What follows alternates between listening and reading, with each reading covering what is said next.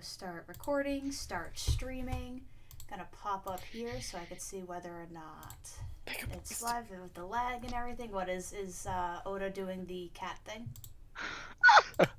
Just, What did I miss? she just needs to pick a place to Wait. be. Like she just keeps moving around the mic, I and missed it. like it's okay.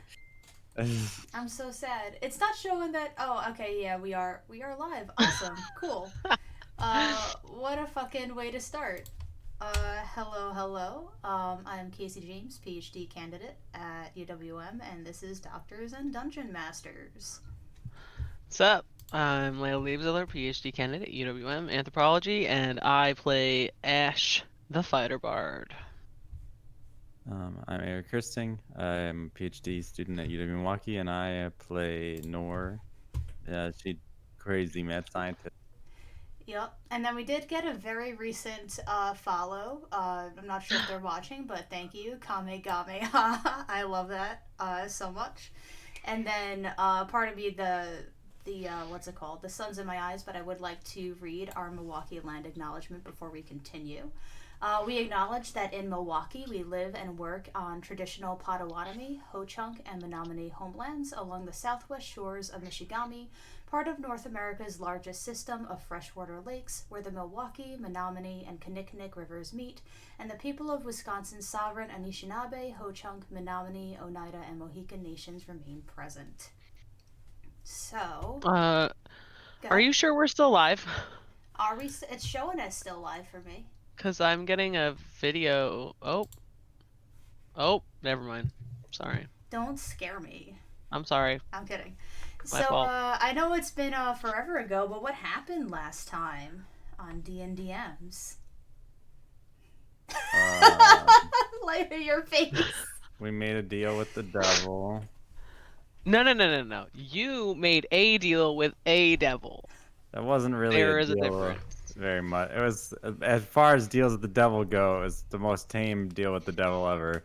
I just traded some books for some scrolls. Yo. Not, yeah, which, I mean, it's still a devil or whatever, but it wasn't, it wasn't like I sold my soul. I just, traded some, it was a book exchange. And we should also note that Casey has set up a world in which, like, devils and demons and shit are just another, like, type of people. I mean, there are devils as you expect them, but they can also, like, do normal Yeah, but you shit got too. all up on us for being I did like, get making assumptions. Well, I did so get up on you for making assumptions. Yeah, but if your demons and devils are actually mostly like the demons and devils of evil lore, then there's a reason to think that. And if they're not, then there's not. And you need to decide one, Casey. Sorry. It's like 50-50. Okay, fine. That's fine. I mean, humans are also awful, so it's okay. I just,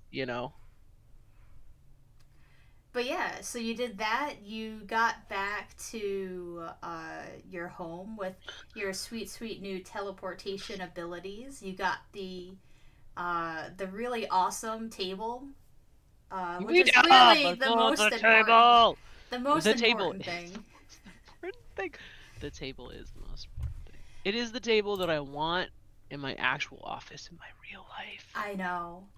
And we ended with a lot of downtime where Ash had some people scouting out looking for the free press that's been giving him some grief lately. And Nor, on your side, I mean, there was the ring. We'll get to that in a second. You also know that Gershwin, the librarian, was looking at the maps that Ash had donated to the school and was able to find an underground, or not an underground, an underwater, most likely island, since there was an island present in the ancient maps that is no longer present in modern maps. And Nor also went on some sort of solo missions trying to turn any redcoats into becoming normal civilians and no longer working with literal Nazis, and was able to find out more about these specialists that are being brought in addition to the merge of the Inquisition and the City Guard. And then there's also you. Sorry, I'm just running through the list. You have a Warforged child that is currently unpowered that you were going to see an artificer named Delver Flynn. There is also the Alyosha Clare mystery, which is Arya's father, who was known as Alex Sunden, and his entire family and house burned mysteriously over 20 years ago. So we're going to start today with not the ring. No, I'm kidding. We're going to start with the ring.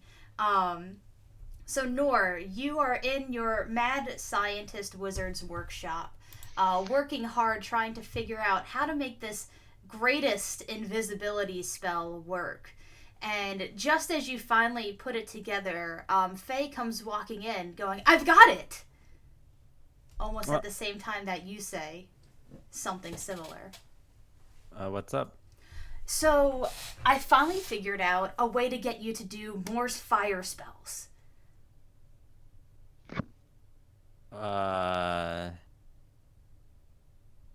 Arson. Nope. Well, no. But- Look at this. So, she will, okay, she'll go, wait, no. So start singing that tune that I really like, that the last time that we went to a tavern together. And you don't, Eric, have to sing it, but does Noor sing that tune? I will start singing. All right, so she will start. Awkwardly. I'm I got a relatively high charisma score, so in Yeah. theory my singing skills aren't too bad, but they're not too good either. Let's get a performance check out of that one. I wonder if I have proficiency. I do not. I think old Nor had proficiency in performance. Mm-hmm. That's a 5. Oof. So she'll start, and you could tell that she's about to perform some sort of magic, but then she'll turn to you and she'll go, no, it's the faster one. Oh, okay. Yeah. So then I'll start singing that one. Okay. And then as she's dancing, she's doing this sort of, you know how there's like fire breathers and people who like do these sort of like weird trapeze stunts, and then they like there's fire blowing out at them throughout the entire performance. She's kind of doing some sort of like fire dancer, using her firebolt cantrip and using her meta magic to craft careful spells so that at the end there's a fireball, to kind of conclude the dance. But it's nothing but a burst of hot air and does not actually harm you. She goes, "Isn't that great? Magical dancing." I don't. God, they should just come train with Ash. Can they just come train with Ash? Are they just taking levels in Bard? Is that what's going on right now? No, she just likes fire a lot. So, Faye, Yeah. you make magic because it just comes out of you. So this dance is wonderful. It's very pretty. I'm sure it really is deadly too. Well, I mean, it's not deadly. That's why you would like to do this sort of thing. But I do magic through the memorization of these things. It's all just it's about repeating like some mental stuff. Well, just And so like dance steps. You have to memorize them. So can't you like memorize the spells and like the things that you do? Maybe. But I think that what I'm trying to say is this is more of a Fae spell than it is a Norse spell. And so I think I'm gonna have to pass. But I do have something else cooking that's even better.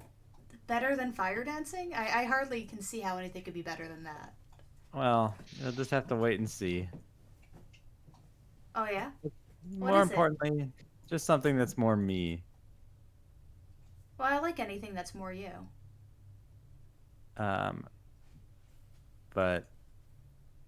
I have the idea and I have it mostly finished, but let's not get ahead of ourselves. I don't want to show you something then I have to go back to the drawing board. Okay. So is this a spell that you're working on? It is.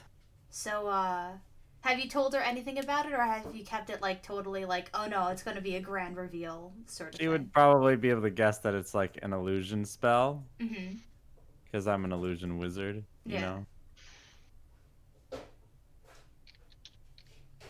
So, is it time? Are you ready to show it off, or should I come don't back know. later? I don't know, I'll- DM. Oh no, this is when the day that you finish it. Okay, this is the day that I finish it. Mhm. I think it's ready, but I have to put it into the thing. I guess I should probably test it before I show it to the Grand Wizards. And I will just take a breath. And you are invisible. So, And does she have see invisibility or no? I don't think so. Okay. So Faye will go, not to be rude, Nor, but can't you do this one already? Well, that was just invisibility.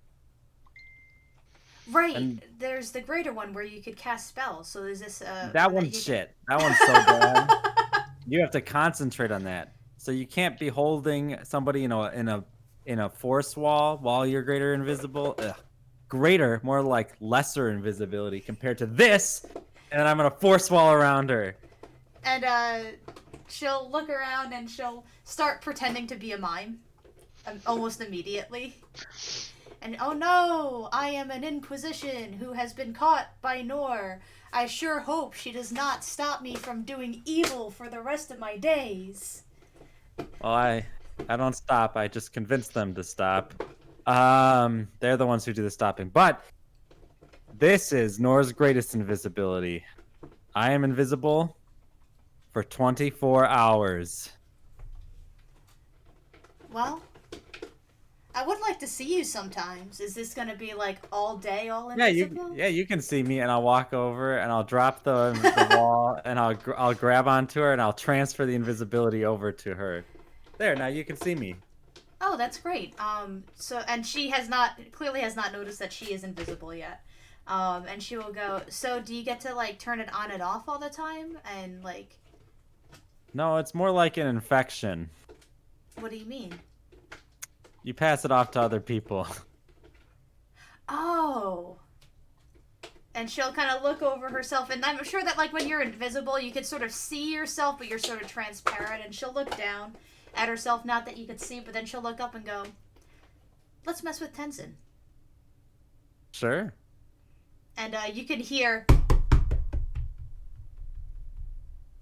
as she definitely will walk over and probably interrupt one of the classes stealthily to make one of the children go invisible. Like maybe cast message and like, all right, when you become invisible, you have to touch someone else.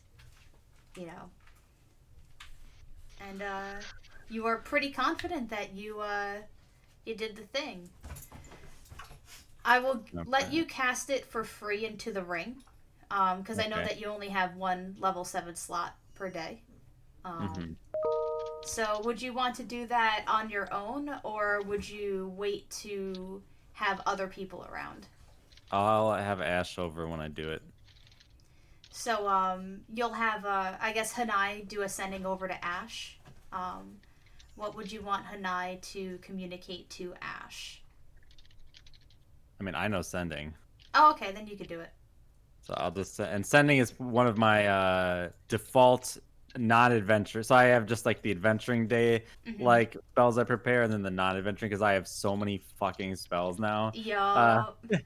But I would assume I didn't prepare one for this particular day, but I would assume that she would have had Mhm. sending prepared. So I will send to Nor or And to Ash. Pause. I'll let you decide what time of day and what day of the week is it. It's Wednesday, and it is. I finish up the spell at 4 in the afternoon. Sounds good. And what do you say to Ash in 25 words or less? Ready to open up the box. Get over here when you can. Don't be late. Don't be late for an appointment that doesn't have a time. Is that what he says back? Actually, probably yes. But then it'll end with I'm on my way over. I love it. Assuming that it's like an appropriate time for him to be able to just like Hmm. feast from whatever he's doing. Yeah, it's towards the end of the workday. You could work for another hour, but This is also work, so mhm. he can justify it as long as he doesn't have an appointment that he's gonna like be missing or something. Yeah, I don't think that you would in any work that you have done. Because bear in mind, you do have the music school as well as working with Aspen, but those are more open-ended appointments. Because you already handled the immediate appointment with the other school people, and it's essentially planning at this point. They're going to be doing a job search and then give you a short list of people they intend to hire. But because you are footing the bill, you are approving you have final say in everything. Cool. Yeah, he just makes sure none of these folks are like fucking Inquisition. Other Yeah. than that, he trusts them, and also even if they aren't like the best musicians in the world, like that's not necessarily a bad thing. Because a part of teaching is honing your trade, and also teaching and being able to play well aren't necessarily being a good teacher and being able to play well aren't necessarily mutually exclusive. You know, Or both necessary. So anyway, it's okay. I taught that's orchestra for like 12 years. yeah, like I mean, you're a good player and also a good teacher, but like I've definitely met teachers that are awesome at teaching whatever the fuck they want to be teaching, even if they're not good at the thing they're teaching. Yo. But anyway, yeah, that would be the only reason like he'd check in like mildly, Yeah. not any like deep dives. Yep. Yeah, not right now anyway. They're fairly autonomous, but you're still being looped in good faith. Cool. Awesome. Yeah, no, he loves that. The only reason he would even like question any of their choices is if he found out any of them were Inquisition. Otherwise, have at it. Sounds good. So does Ash do anything along the way, or is it a straight shoot to the school?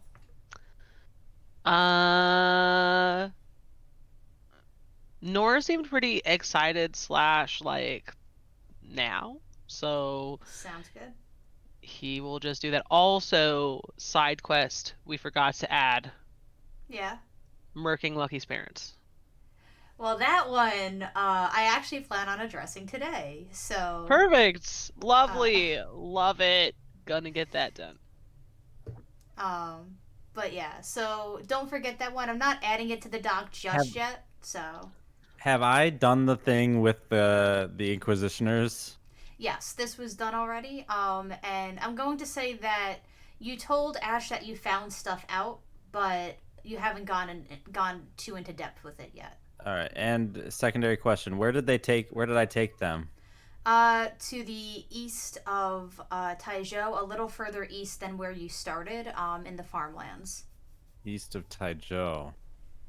Yeah. You're talking no, about remember, the couple, right? I teleported them. Yeah, but I teleported them like to another country, right? So so then they would have been in Gyo.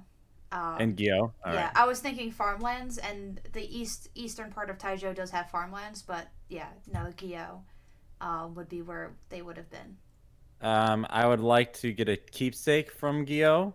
I assume that I got something from Gyo. I bought something from Gyo, like from a merchant, so that it would be easy for me to teleport there. Yeah. But then I would like to get something very Gyo-y and have that as like a thing I could use to teleport. As well as I would have probably sought out any wizards while I was there. I'm going to say that with the time frame that you were doing everything else, you wouldn't have time to like go digging deep for wizards. Roll me a D100. And we'll see whether or not you heard any rumors about anything. Yeah, my thing would be that since I can only teleport once a day, I would have had to spend the night in Gyo. So I would have been there for a while. So I'm going to get... Well, even still. But I'm going to... it's fine that I have to roll a D100 and everything, right? This is... Find a wizard in a day is probably not the easiest of tasks. I'm just letting you know what Nora's train of thought would be. I'm in Gil for a day. I'm gonna Yep. experience like the scenes and the culture, and I'm gonna try to find a wizard. Yep. And you also did 76. spend a lot of time there as well. Um, so Nor didn't. and your Nora's never your been to Gil. your backstory. You Oh, yeah. Wait, was From- that Gil? I thought that was Var, or not Var, the Valhalla. Valencia. Oh wait, Valencia yeah. was- This was whole where time she I'm an said- idiot. So yeah. I'm sorry. This whole time I've been saying Gio, I've been meaning Valencia. I am so sorry. Okay. She has So been to sorry, Valencia yeah. before. So that means that maybe I should have advantage on the D100 because I actually know people from there. Yeah. So, but I mean, that was enough. Like, it was, you said 76? Yeah, yep. Yeah, it was a 75 or better, so you just squeaked in anyway. So you know that there's not a lot of wizards where you went to, or like, rather, like, magic users, like high-level magic users in the particular town you were in, nor in the place that you spent most of your time with, as Corky, I believe. But there is a wizard's tower that is on the eastern shore. And then there is also you don't know how powerful, but they're like powerful enough where they're starting a school for wizardry, in Mini. So there is that. So those are two places you could go. I'm gonna go to the wizard tower and knock on the door. I mean, but that's in the far eastern, like, so like they were in the farmlands. Here, let me pull up a map. Oh, so would I not be able to get there in a day, even with Right. Diana? Right, yeah, no, it's like to travel from where you are to the eastern shore is like 2 to 3 weeks of travel. And the school is not also that far away. The school would be closer, but it would still be further away. Like it's still several days travel, to get to Mini from where you are, because they're from like a sort of not like poor farming town, but just Do they like have pretty a remote. Do they have a postal service in They do. Valencia? You would be able to send something to them. I'm gonna send a letter to the wizard tower. Okay, and what are you gonna say? I'm gonna write in it. Hi, I'm Nor, Ngor. I am a wizard, like you. I'm a nice wizard. I think that there's probably a lot of mean wizards in the world, but I hope you're not one of those. Anyways, want to hang out? I mean, I can go anywhere, you know, just poof poof, there I am. And so if you want to hang out, send me a message. You know that I assume you know how to send messages long distances. If not, I don't know how you're gonna get in. I'll give him the addresses to Ash's house. You mean They- Ash's post office? Like P.O. box? Yeah, Ash's P.O. box. You can send a letter to here too. Though if I'm sending this one from within Valencia. If you're sending it through Taijo, maybe don't mention anything about magic. Probably better to meet where you are than where I am. Anyways, yeah, I do like illusions mostly, but I'm really good at it. Better than you think. I already told you I can poof poof wherever I want to go, so you know I'm pretty good at this shit. Yeah, I can also make a mansion. I have a lot of scrolls. You might want to see them. It's like a 12-year-old writing to Santa, but it's like a fucking powerful wizard. Look, I'm And then just we're such a fan all of this. awkward people. Just let us be the awkward people that we are deep in our hearts. I Okay? am such a fan, though. But yeah. Yeah, you send that. And it will take a couple of weeks to get there. But it will get there.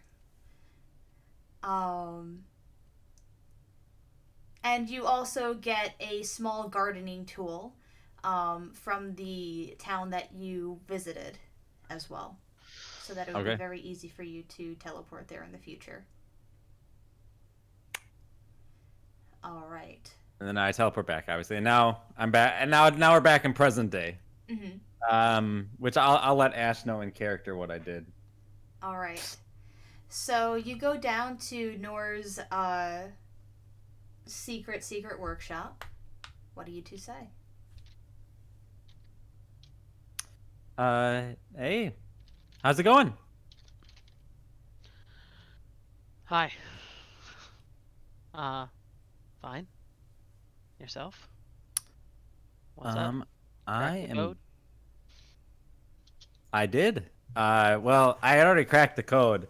You were there for that, but I had to make my own spell, right? And Right. it couldn't just be any lame spell. I mean, have you seen some of these spells these wizards have made?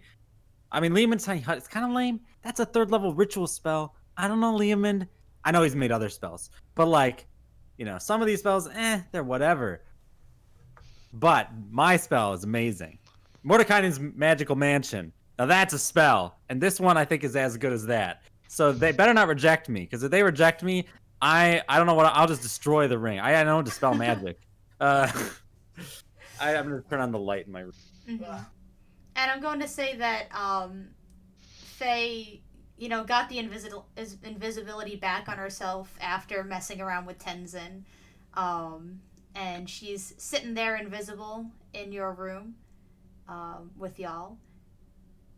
And she'll just tap Noor's shoulder, and Noor will go invisible in front of you, Ash, just as Faye appears. And she'll go. So it's pretty cool. Touch his shoulder, Noor. Yeah. Make him go invisible. Don't do that. Boop. I'll touch you on the nose. You can't see me, so I'm invisible, and now you're invisible, and I'm visible. You have to want to transfer it at least. So if you if you're fighting something evil, it's not like you're gonna accidentally make it invisible at least. Mm-hmm. Is Ash considering just like rolling a stealth and just walking away and going home? Yes. The door is shut. You have to open the door. Yeah. He'll I don't know. He's gonna like sneak hug Faye and make her invisible. Sounds good. And you do that, and she's invisible. And she'll turn around and look at you. Not that you could see it, but you could hear the shuffle, and she goes, "I missed your grumpy face." Did you? A bit. Really? Well, like I said, just a bit.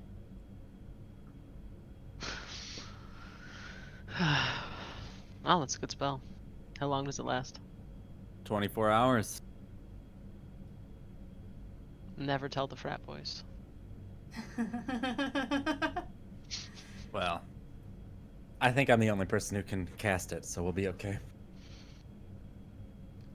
All right.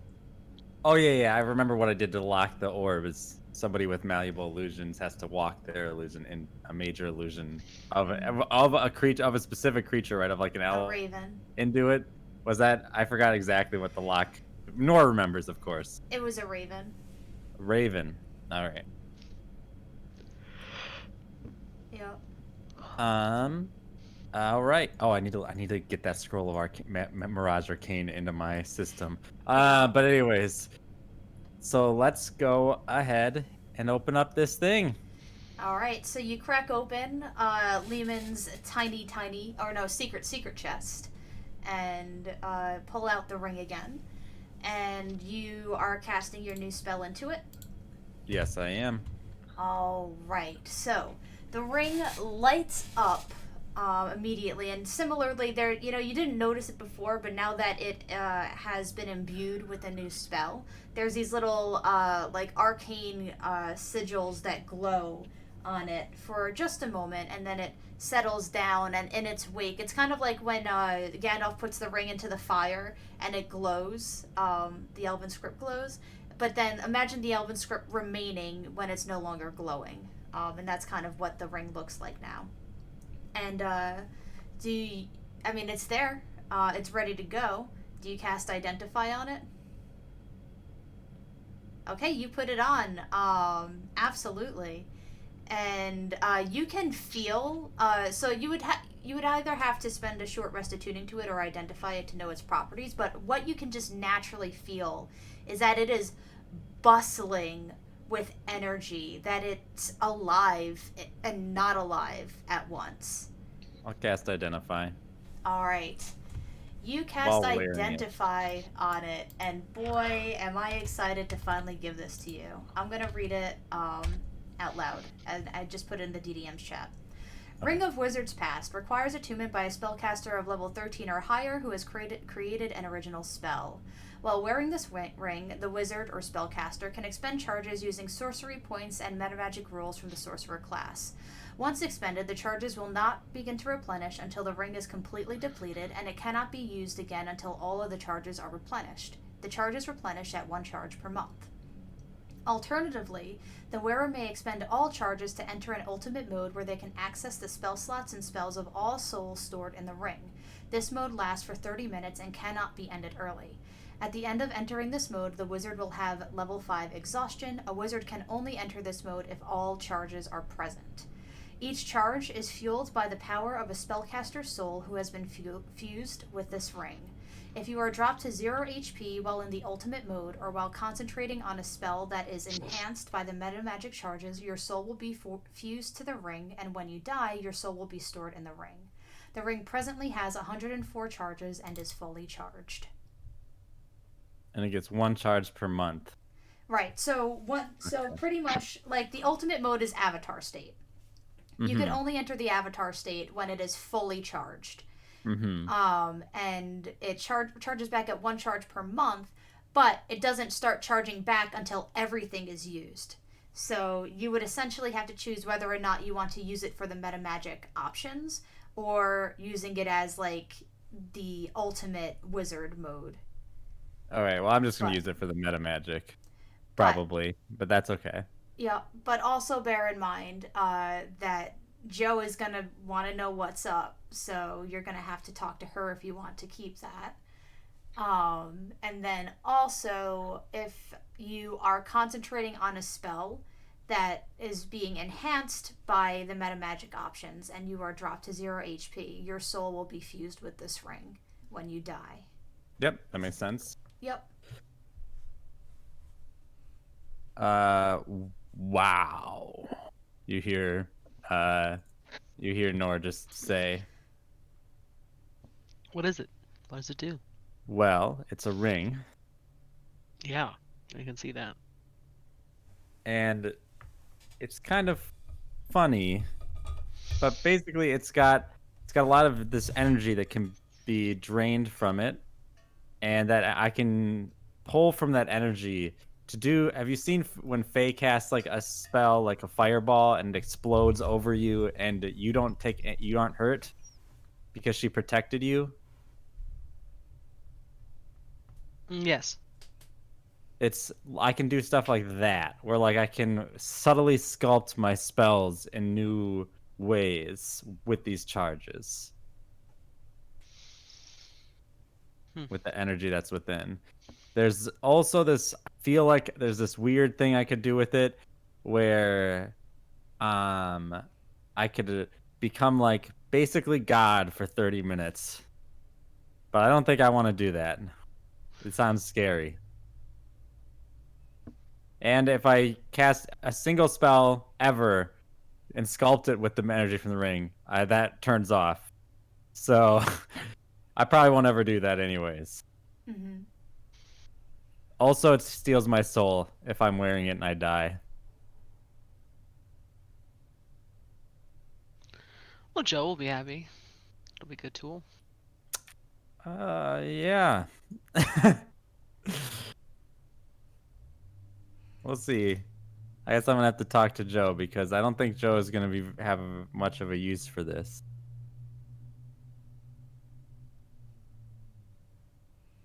Sorry, I'm trying to copy this onto my character sheet.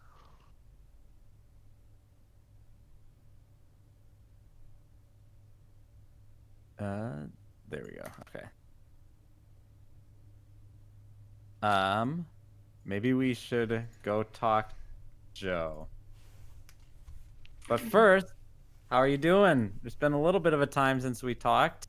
I got stuff to talk to you about, actually. Now that I think about it, before we go talk to Joe. Same. Well, you've just had to spend a bunch of time with my junk. Why don't you tell me about your junk? Oh, there's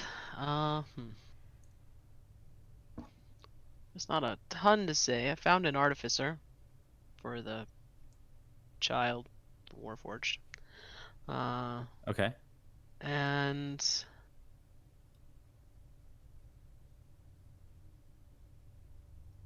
we got an update on the Church of Torm, but it might be useful information later, not necessarily right now. Track down the Taijo Press, and we're gonna have to figure out what we want to do about that eventually. They're getting a little too close for comfort, but they might be useful if we bring them over to our own side. I have a plan to help with. Her name's Arya, right? Mm-hmm. Arya's family, but I need to. We found out that her father has a secret identity, and before I bring them back together, I'd like to know a little bit more about it. Your illusions might come in handy, actually. I need to confirm some information, but would like to do it without ever talking to him. Yeah, well, So if no one's gonna get hurt, I'll help. not physically. No one will be Oof. hurt physically.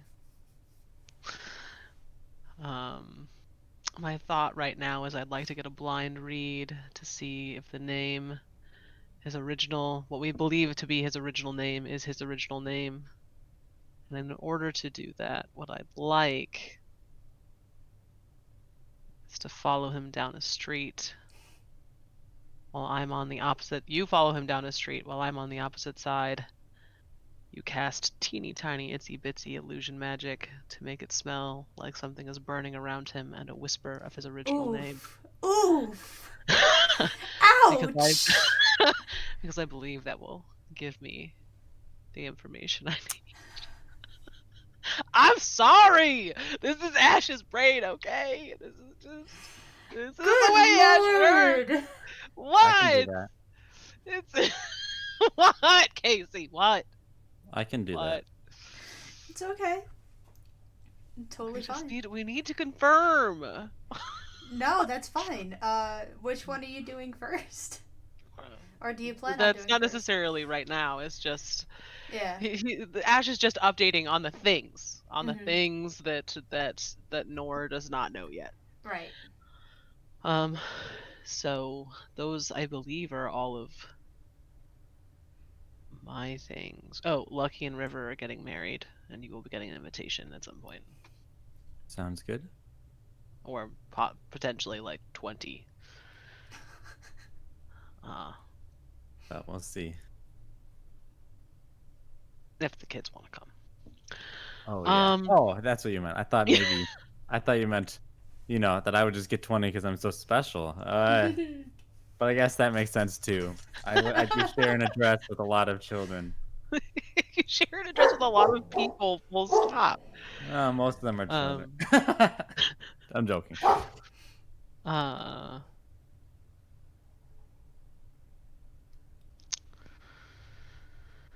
Yeah. I think that's everything I have. Okay. Surprisingly, the Taijo paper is run by 2 noble children. Disgraced. But we'll see. Well, I'm sure I can talk some sense into them. Yeah, we should go together. I haven't decided if I should go as Alabaster or Ash. Are they sympathizers to the magical people?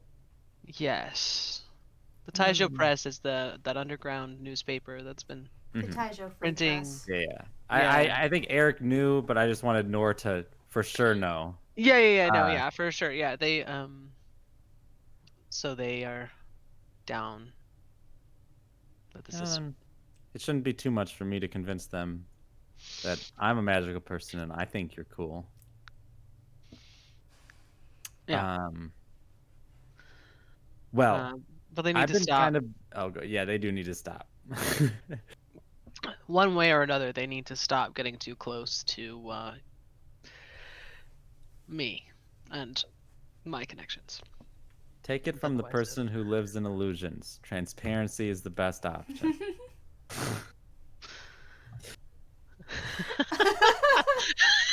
It What I got think is funnier the more that I let it sit and the more that Eric laughed at his joke. I laugh at all my own jokes. It's No, one of I my love it. personality Really? traits. really entertaining is that we both live in illusion, but you live in illusion in order to be free, and Ash lives in illusion in order to fuck with people.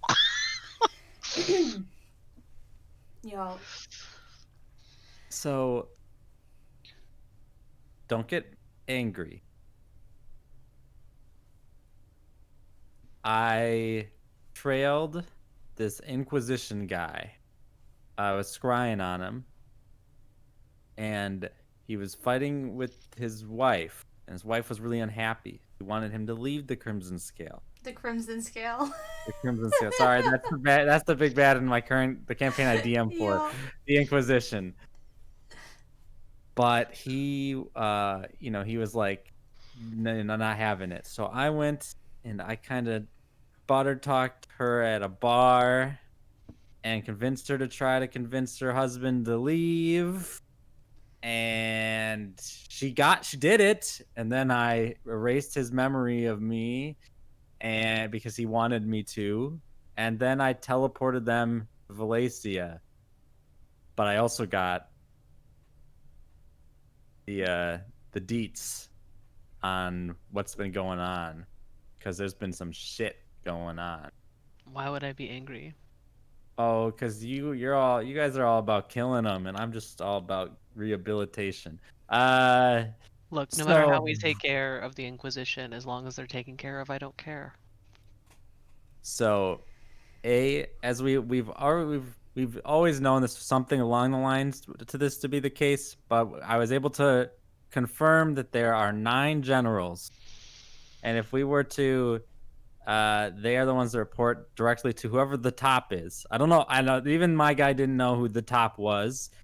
Obviously, if we take out the top, we're pretty good. My money is that the top is actually your mom. I mean, who else would be that powerful? Anyways, She is dead. I hope so too. She is dead. What makes you think it's my mother? Demons are weird, but Casey, I am digging daggers into your soul if you make me kill my mother again. there are 9 generals.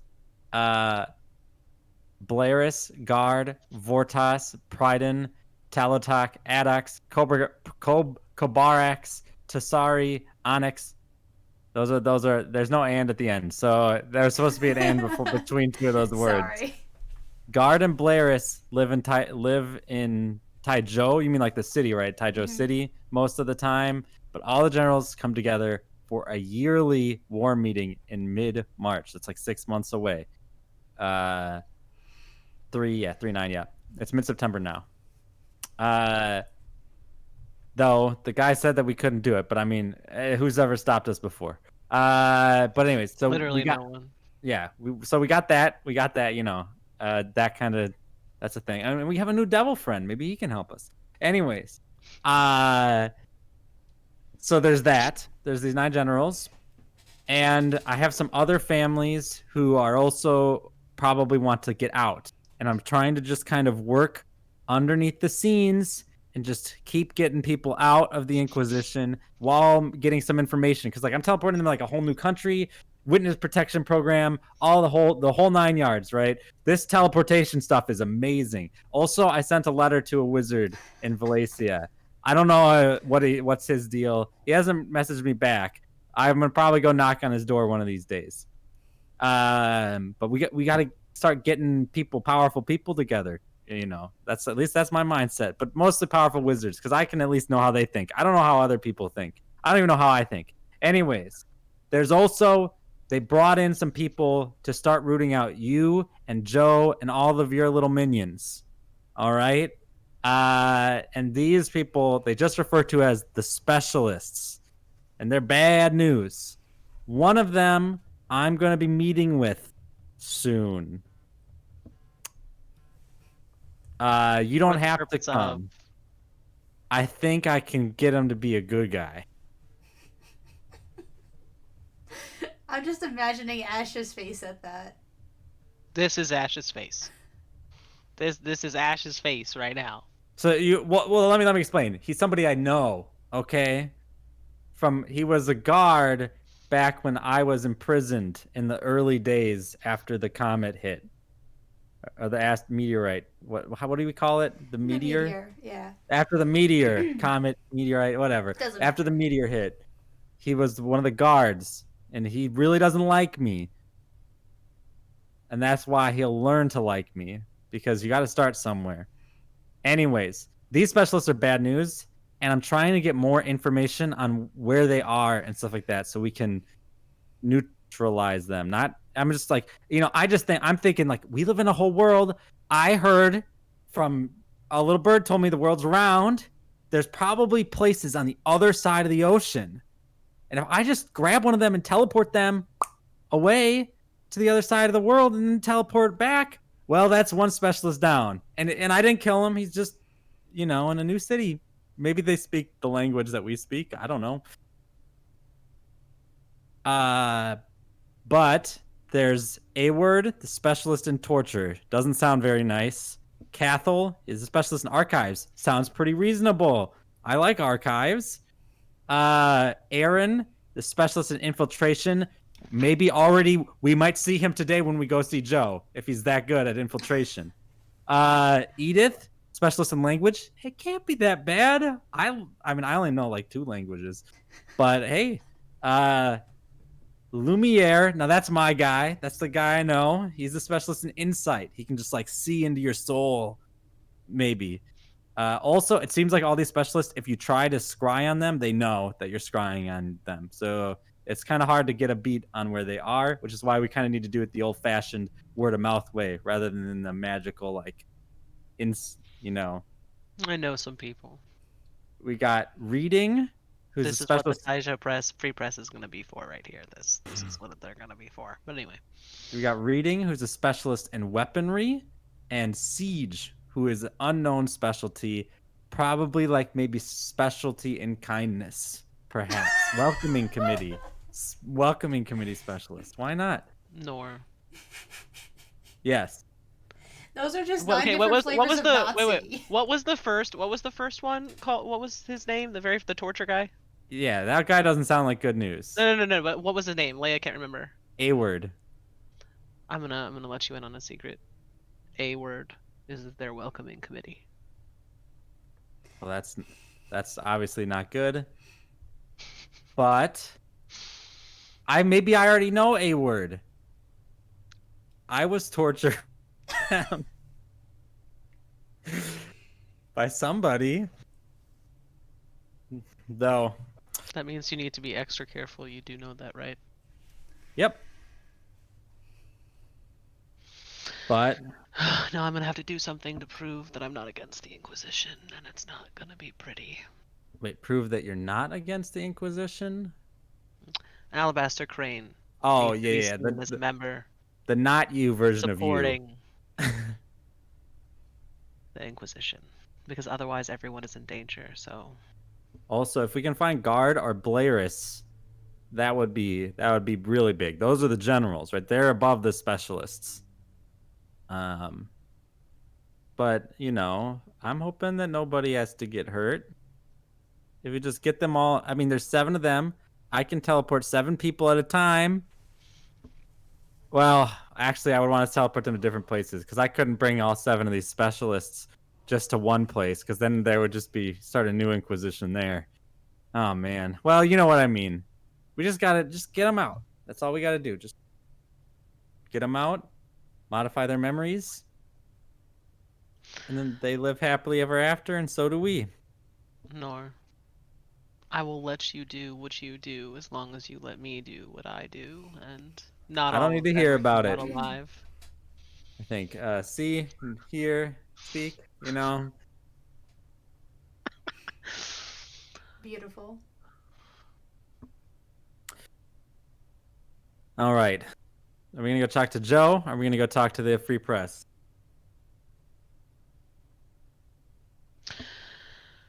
Uh, Joe first. It's a little late, so the because you know that I mean, yeah, you could go to the bookshop when it's closed, and they're probably The doing the free news never press stuff. But sleeps. yeah, but like if you wanted to like walk in casually and scope out the place, it would have to be during business hours. So sounds good. Ash is not gonna walk in casually to this place. Uh huh.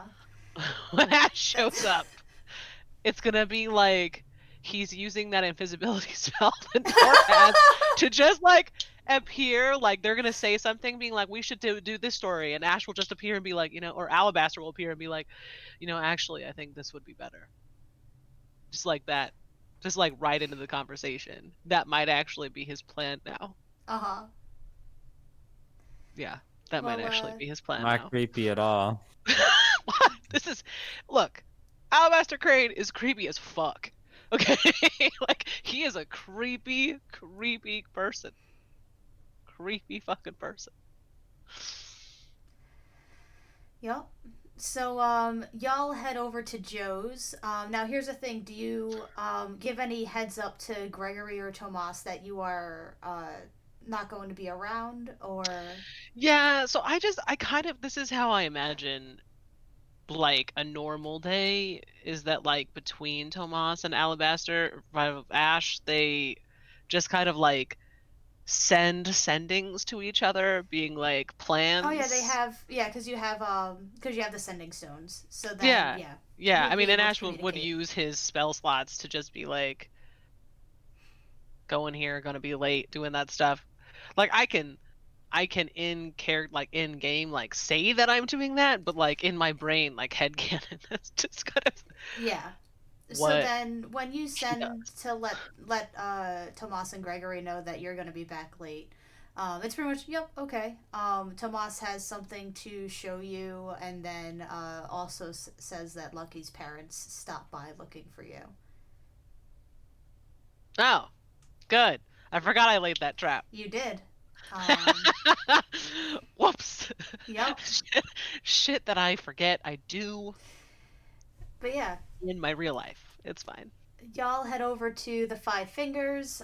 You are greeted by Zeno, who will let y'all through. It's bustling as ever. But it's clear that Joe is like, whenever Nora and Ash come back saying that they figured out the artifact, you get them into my office right away. So Joe will, she's in the middle of something, so, there's about a 10-minute gap between when she's able to, when you show up and when she's able to see you. Mm. Because she always has to make sure that, like, she keeps that ball rolling, and she's not going to stop it. So she gets everyone back on the tracks, and then she will invite you into the office. She'll take a seat across from her desk, and motions for you two to sit down. And she'll push a jar over in your direction, um, and she'll go, "I've taken to keeping snacks around. You could take one if you want." No, thank you. 100% take one. Nice. Yeah, it's Can't just refuse food. it's little like hard candy. Okay, sounds And good. she'll look to the both of you. Actually, she'll really just look to Nor. Unfortunately, this is one of those times where like, and she's very like open about it. Where it's like, "Yep, you're the money bags, Ash. Nor's the brains of the operation." So she'll look to Nor and go, "So what did you find?"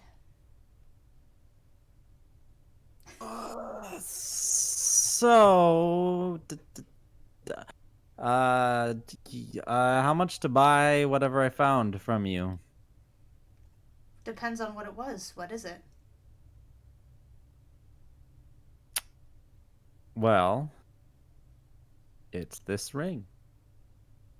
Don't dig around with me, Nor. I paid you to do a job. Now you're going to tell me what it is. It is this ring. I mean, Okay, there was a what does box that the ring came in, and And I'm what the does it only do? person alive who can open the box. Do you want the box? What does it do? That's a very good question. Perhaps a better question is what doesn't it do? Doesn't really help you. That that is true. It doesn't. All right. Basically, it makes it so that a person who uses it when they're casting spells can do some special things with their spells. They can make them a little bit better than they were before. That's the basic gist of it. But it also takes your soul. Something tells me it does more than that if it was so heavily guarded and coveted by the Inquisition when it was taken. I think that the reason why they didn't want people to have this is because of the souls. There's souls of the other great wizards in the ring. And thus, I think that the Inquisition, who didn't know what it did, thought that they could use, or that someone else could use this to learn more magic. But it's the opposite. You have to teach this thing magic in order to use it. Well, if you're so interested in having an exchange, I am going to keep it for a while and really think about how much it is worth to me.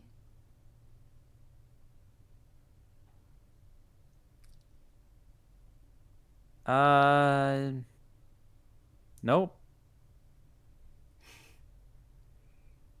I don't think that. I think that this is two things. One, I just yeah, I don't feel like giving it up. That is a decision that I hope you don't do. Because it is one that you will regret, and I would much prefer to keep you as an ally. But my allies also don't steal from me.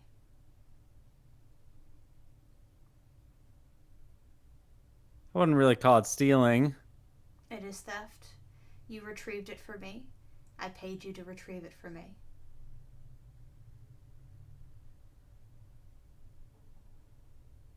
All right. Well, you haven't paid me for all the other work I did. That is correct.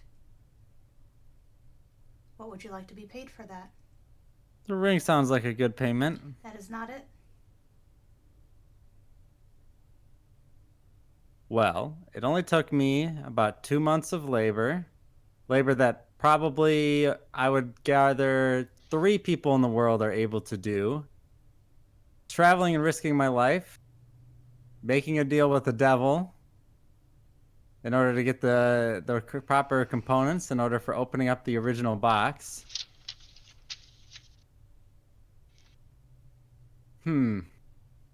Ash, what do you think that's worth? Neither one of you are going to force me to choose alliance. I'm just asking what do you think it's worth for payment. This is... You two can figure this out on your own.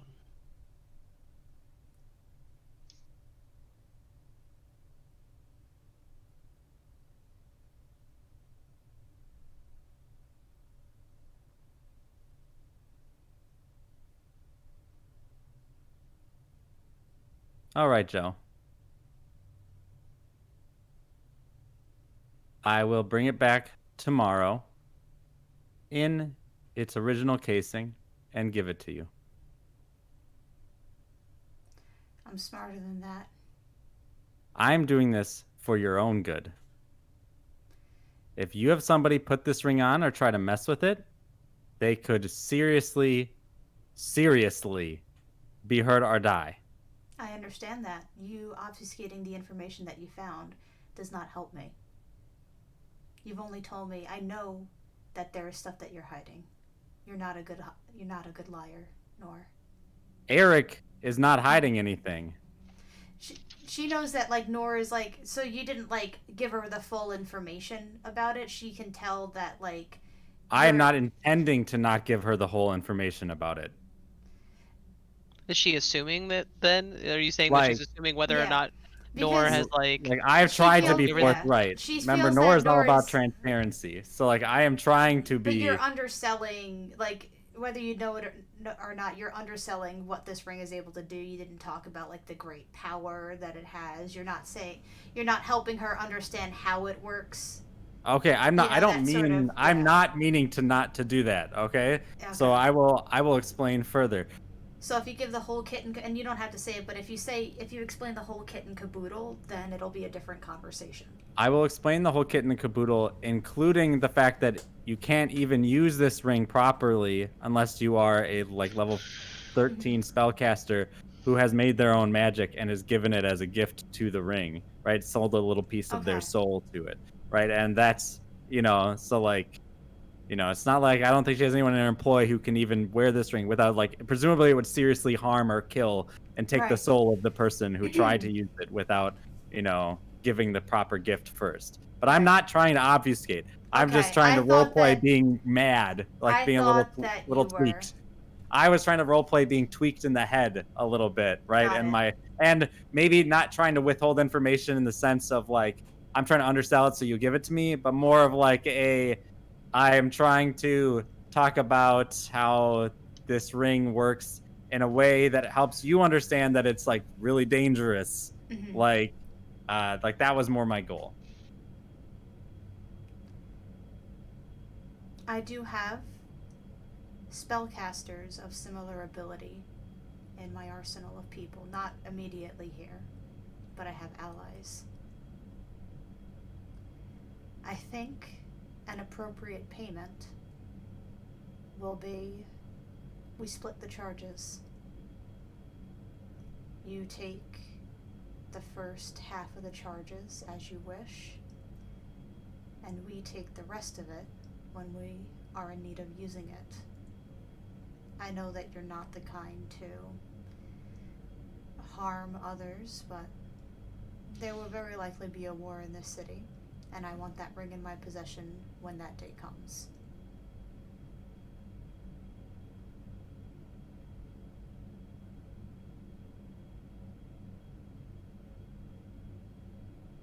Now,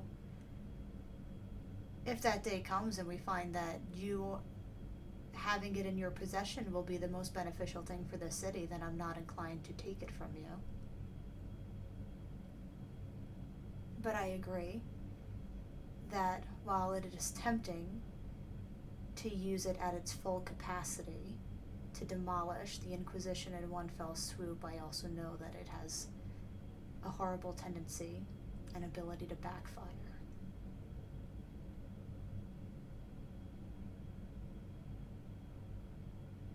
Is that agreeable? I'm thinking.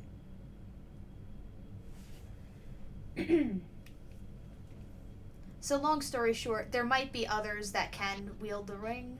She is at least willing to split the charges where you can have half of it and use as you wish. You may or may not be the person that uses it when she wants to have a wizard or a sorcerer in her corner to use the last 50-something charges. But she's not sure whether or not that is going to be the case yet. So there's something that Nor knows that I don't think this, at least that Joe does not understand. Mm-hmm. And that is something that I want to perhaps talk about, which is Mm-hmm. with DM to player talk about. So, if Nor had this and she was allowed to have half the charges, to Nor, that is pretty much a lifetime's worth of charges. Mm-hmm. Like, I don't see her getting through half of it, like, at least in this campaign. Like, I'm not using it every time. Even if I used it every time I cast a spell, it probably, or at least in most fights, like, I don't think it would. It's like that Candle of Invocation, right? Where it's like, it lasts for 4 hours or something, right? And it's like, you're never going to fight for a total of 4 hours. And that's kind of how I feel about the ring. In which case, like, that, so, like, Nor would know this. Mm-hmm. That, like, it's a lot of charges. It's a lot of powerful magic. Mm-hmm. Does Which she think also, that? Joe understands that? Yes. Okay. Joe intends to use this as like a sort of like a battering ram to, you know, upcast as many things to just blast through like their biggest thing in a very quick time. So her 54 charges like are gonna be used like in 2 or 3 days tops and just blasted through, or 52 charges if I said 54.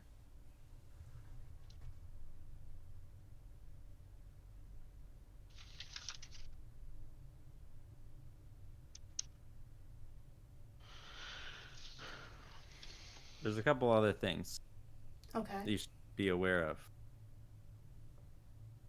Oh my god. Jeez, yeah, that was a lot of bots all at once. All right. Once we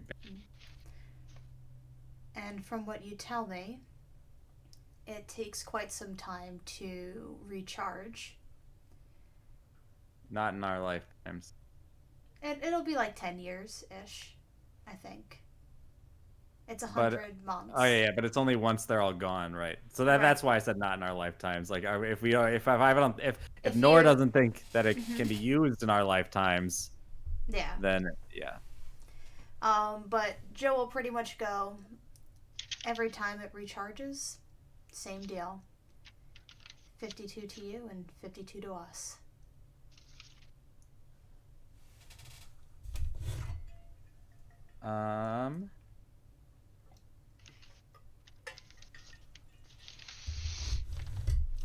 A couple of things.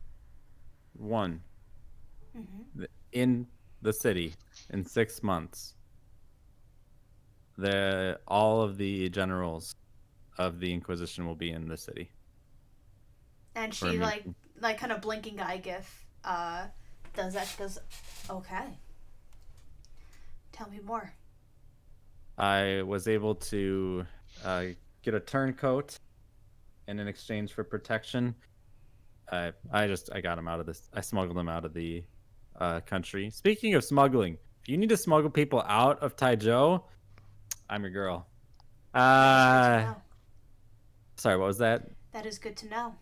Yeah, like that whole teleportation circle thing we needed to do before. I can just think about it and just be wherever I want. It's pretty neat. So there's that.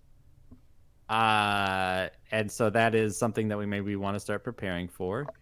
If Hey, we I'll want be to your try to cut the head off the snake, so to Mhm. speak, that would be a good time to do so. Then there is have you heard about the specialists, I'm presuming? Because I mean I heard about them before I talked to this guy, but I was able to get more details on the specialists, like I've their heard names and stuff. whisperings. So there are 1, 2, 3. There's Or 7 we- specialists. Yeah, we could fast forward this one. So I'm gonna say that unless you want to withhold any information, that you give her that information. And I'm going to tell her that Lumiere is mine, Yep. and I will say, She'll actually go, would you like help with him? well, I'm gonna meet with him one-on-one first. Then we'll go from there.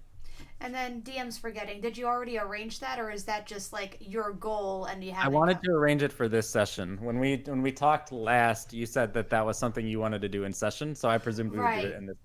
Got it. I don't think it would happen today because we've done a lot of Not more stuff. not today, but this yeah. session, right? Our last session lasted a month, so Right. Okay. I thought this arc rather. yeah. Because there's a couple of Ash things that have to get settled, and we haven't. Yeah, Really I meant done- like last yeah. 2 weeks ago session was a month long. So I'm thinking Got in it. terms of like I thought maybe today we might have this meeting with Lumiere. Not that it has to happen, but that was my Got it. mindset going into today's session. Yeah. I'm going to say above table. There's like 2 Ash things that have to happen. Maybe even like 2.5. That's that okay. I would want to. Yeah. Yeah. What about Ash things? Oh no, just things to get through because there's the press, there's the Alex, there's the Lucky's yeah. parents. Lucky's parents. Yeah. That's and we gotta take the kid Oh, and the get fixed. Warforged, yeah.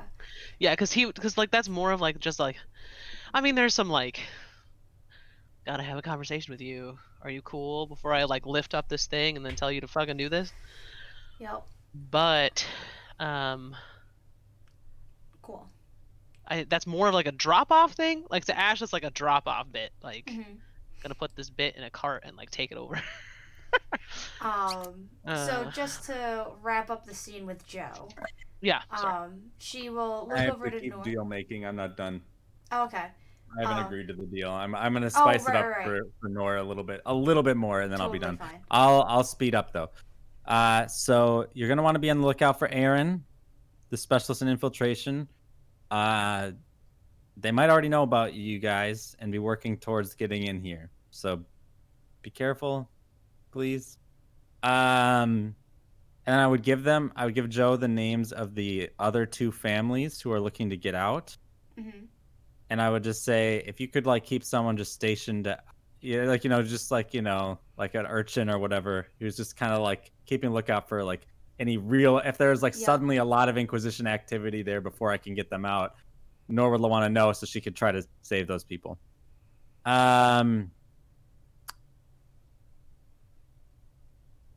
I think that it's an okay deal, but I think that we still did 95% of the work in getting this thing open, You did. and I think there should be maybe a little bit more compensation for Ash and I in terms of magical ink.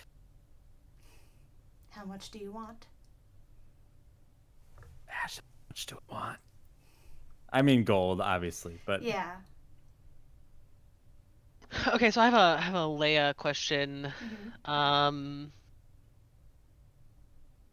Leia doesn't know how to think about this. Like Yeah. Ash would know like It could be anywhere how to between upgrade like something. 10 and 20 gold per day for something like this. And that's like a lot of gold per day, but like Eric said, Nora is like one of like 3 people in the world that could probably do this. So is that per day from start of adventure to opening thing and identifying? I would say it would be excluding the time that Nora spent crafting the spell, because that was also like for her benefit as well, but that time could be split. app time. Exactly. So I would say 3 Um, weeks at like anywhere between 10 to 20 gold per day, and then 3 weeks at half that. all right. So, god damn, I have to do some fucking math. You know what? I'm just gonna do it on the calculator, cause that way I This can keep also track of say things. 3 weeks at 15 gold a day, 3 weeks at 7 gold a day. Yeah, so Ash being nice to Joe is only gonna do 15 instead of 20, kind of like the friends Mm-hmm. discount times 21. 315 plus 150, I'll just say. So it'll be, we'll round it up to 475 gold's worth of stuff.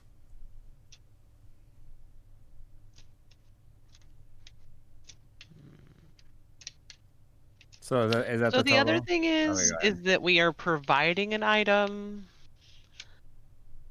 that is like, I guess we get use of that item. I mean, she so. was also the one that found it. Don't discount the fact that she tracked that down as well. Mhm. Sure, but you know, Because you would not have that if she did not have her intel and resources to get you to that. Mhm. That's true, but she wouldn't have been able to crack it if it wasn't for the fact that my character had been to a particular place where they had the spells needed Oh, to yeah. open up the box. Yeah, there's definitely, but I just didn't want you to think like, oh yeah, she's dumb and contributed nothing to this. Oh, I don't, no, I Yeah. we don't don't, think that at all. I yeah, don't think I that don't at think all. either of us No, think that. like that is not. It is. Mm-hmm.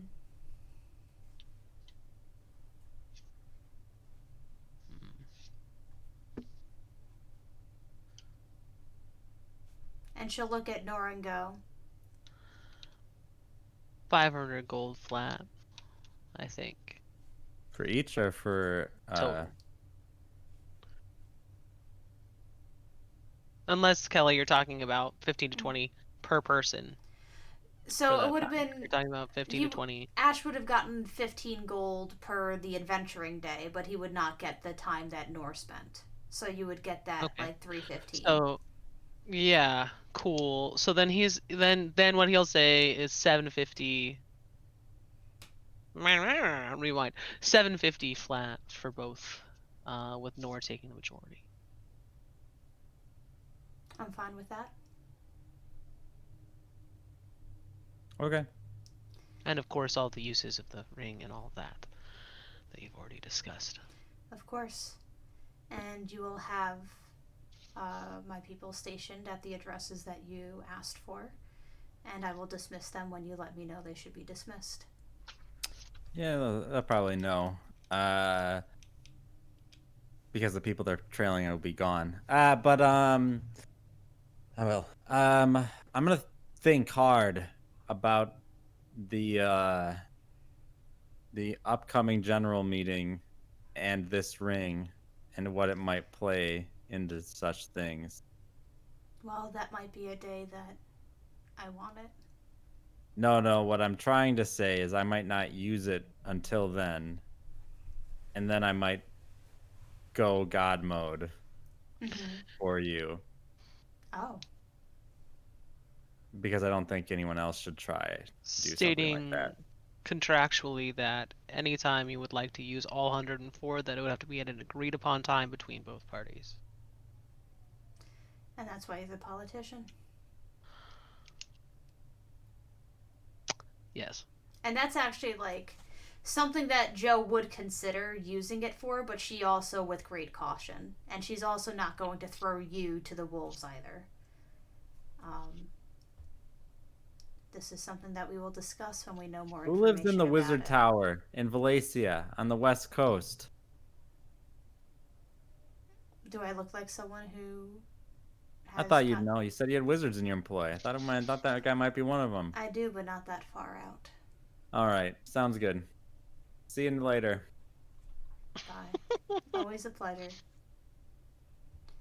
And I'm gonna say that Nora walks out first just for this moment for Joe to go up to or look over to Ash and go, when did she get confidence? It's good, isn't it? A bit, but it's frustrating. She's not genuinely like angry about it, but she's just like, I miss being able to steamroll over people. Certain people. He's just like, manipulating confident people is so much more fun. And then he'll just leave. Sounds good. Do you go home or do you go to Lucky's?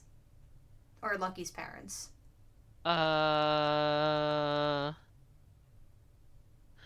No. So what he's gonna do is he's gonna send a message to their house, saying, or a letter. "I heard, a letter. Yeah, not like Yeah. magic message, like a letter, like a runner letter, like a normal person fucking letter." I get it. That just says, I heard that you stopped by the house. I would be happy to meet you. Like, he'd give a couple of times during the next week at his office, or if you would like to meet for dinner, please let me know. Sounds good. It'd be lovely to catch up. Obviously, not he would actually probably give a couple of lunches or dinner, being like, "Hey, friends, haven't seen you in a while. Yep. Glad to hear from you." Huh? Like Absolutely. like not knowing why. Yep. Sounds good to me. Right. And you get home, and you're greeted by Joe, who comes rushing out of the playroom dressed in a Displacer Beast onesie, complete with the little tentacles on the back, and comes rushing up with like the arms up and everything. And Tomas clearly having like, oh, Ash is home, go get him, that type of thing. Yeah, so he is 100% gonna do the fake not be able to pick him up because he's moving, because he has Displacer Beast powers, and then is gonna catch him. I love it. That is what we're gonna do because Ash is a good dad. Yup. And Tomas will kind of like definitely like stand like tall because he's very proud of the costume, and he's like, "So you think it's good?" This is the best part of my day. And he will go, "Well, that mine too." And that's that. I just wanted to show the Displacer Beast onesie. Unless you Yeah, had that any, is absolutely fucking necessary. yo, You know, anytime also that Ash gets to be cute, I love bringing those moments into stream. oh yeah. I'm still Makes me gonna so happy. say that you're still called ass, but like Tomas is trying to teach dad instead. Being called But ass is like perfect. It is perfect on so many levels for him oh that yeah, he just does not care. yo, And is but also looking forward to the moment that he starts saying dead ass. Because there are two of us and it's gonna be a good moment. It's gonna oh be my a god, good moment. that's true. That's true. Anyway, yeah, these are the things that I think about at night when I don't sleep. Yo.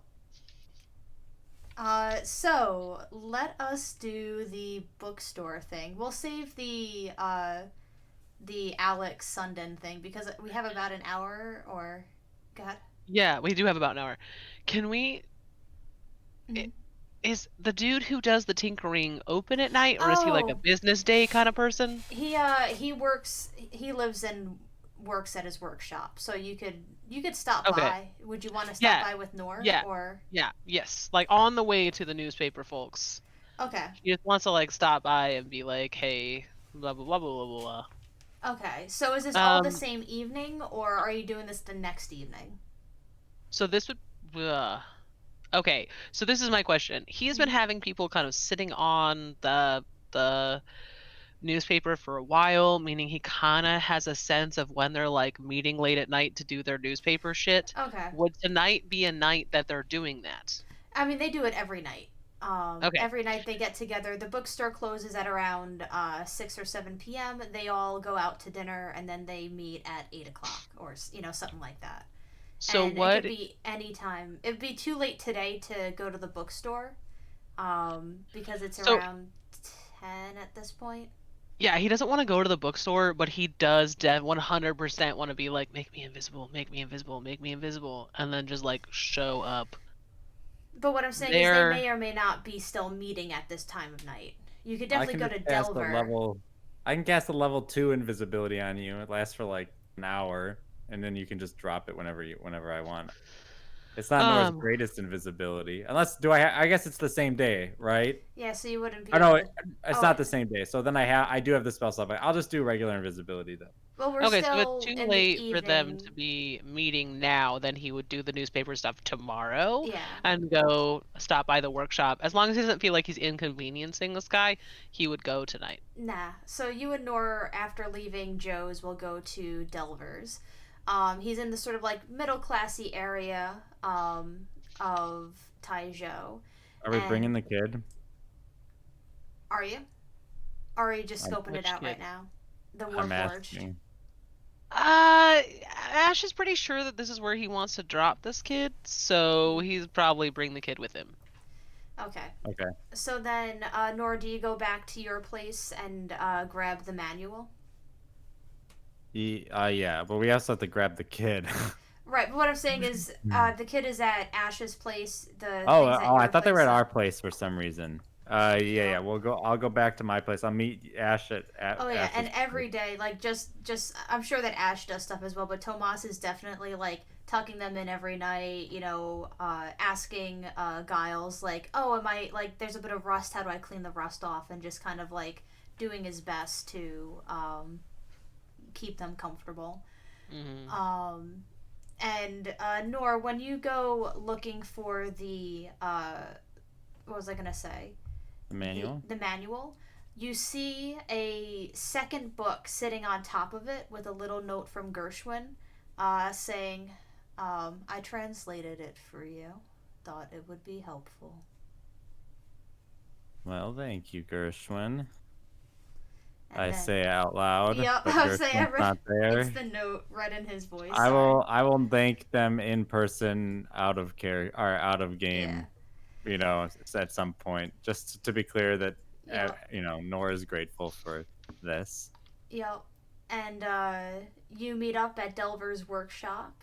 Uh, it's a comfortable looking house. It has 2 stories, so he's definitely somewhat well to do, but maybe not like completely upper class wealthy. But he's like the equivalent of making like 150 grand a year, where you're definitely living comfortably, but you're also not like obscenely rich. And you could hear the sound of metal on metal from below, which makes you aware that there is a basement workshop. So, do you knock on the door? Yeah. Yeah. All right. You knock on the door, and you are immediately greeted with the sound of barking. Um, and Hot. what? Yeah. And Excited. there's a pause and the metal on metal clanging, and then nothing for a couple moments, and then you hear the sound of the door getting unlocked and slowly opens, and then you see a man of about like 25 to 30 years old. He is on the taller side, square jaw with he's got like grease on him right now that he clearly like very quickly wiped off, but didn't have like the full time to really clean himself up. He's got brown hair that's usually well maintained, but when you're working, it gets a little bit messy. 100%. And he's wearing like decent clothes, but a smock over it to protect the clothes. And he'll look at the two of you and Merlin, do be quiet. Thank you so much.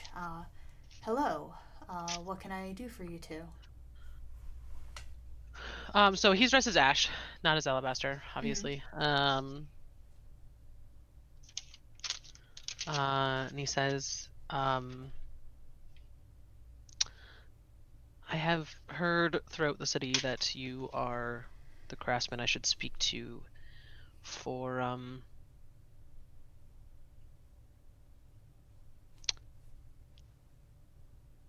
both delicate and complex projects. Yes. What were you looking for? Here, and he'll open the door, um, and allow you to walk inside. Sensing your hesitation, he's definitely not like giving you the keys to the house necessarily by coming inside, because you could tell that he's being hesitant with you as well, but also doesn't want to beat around the bush because we're outside Right. the door. So Sure. he'll allow you inside. He'll close the door behind you.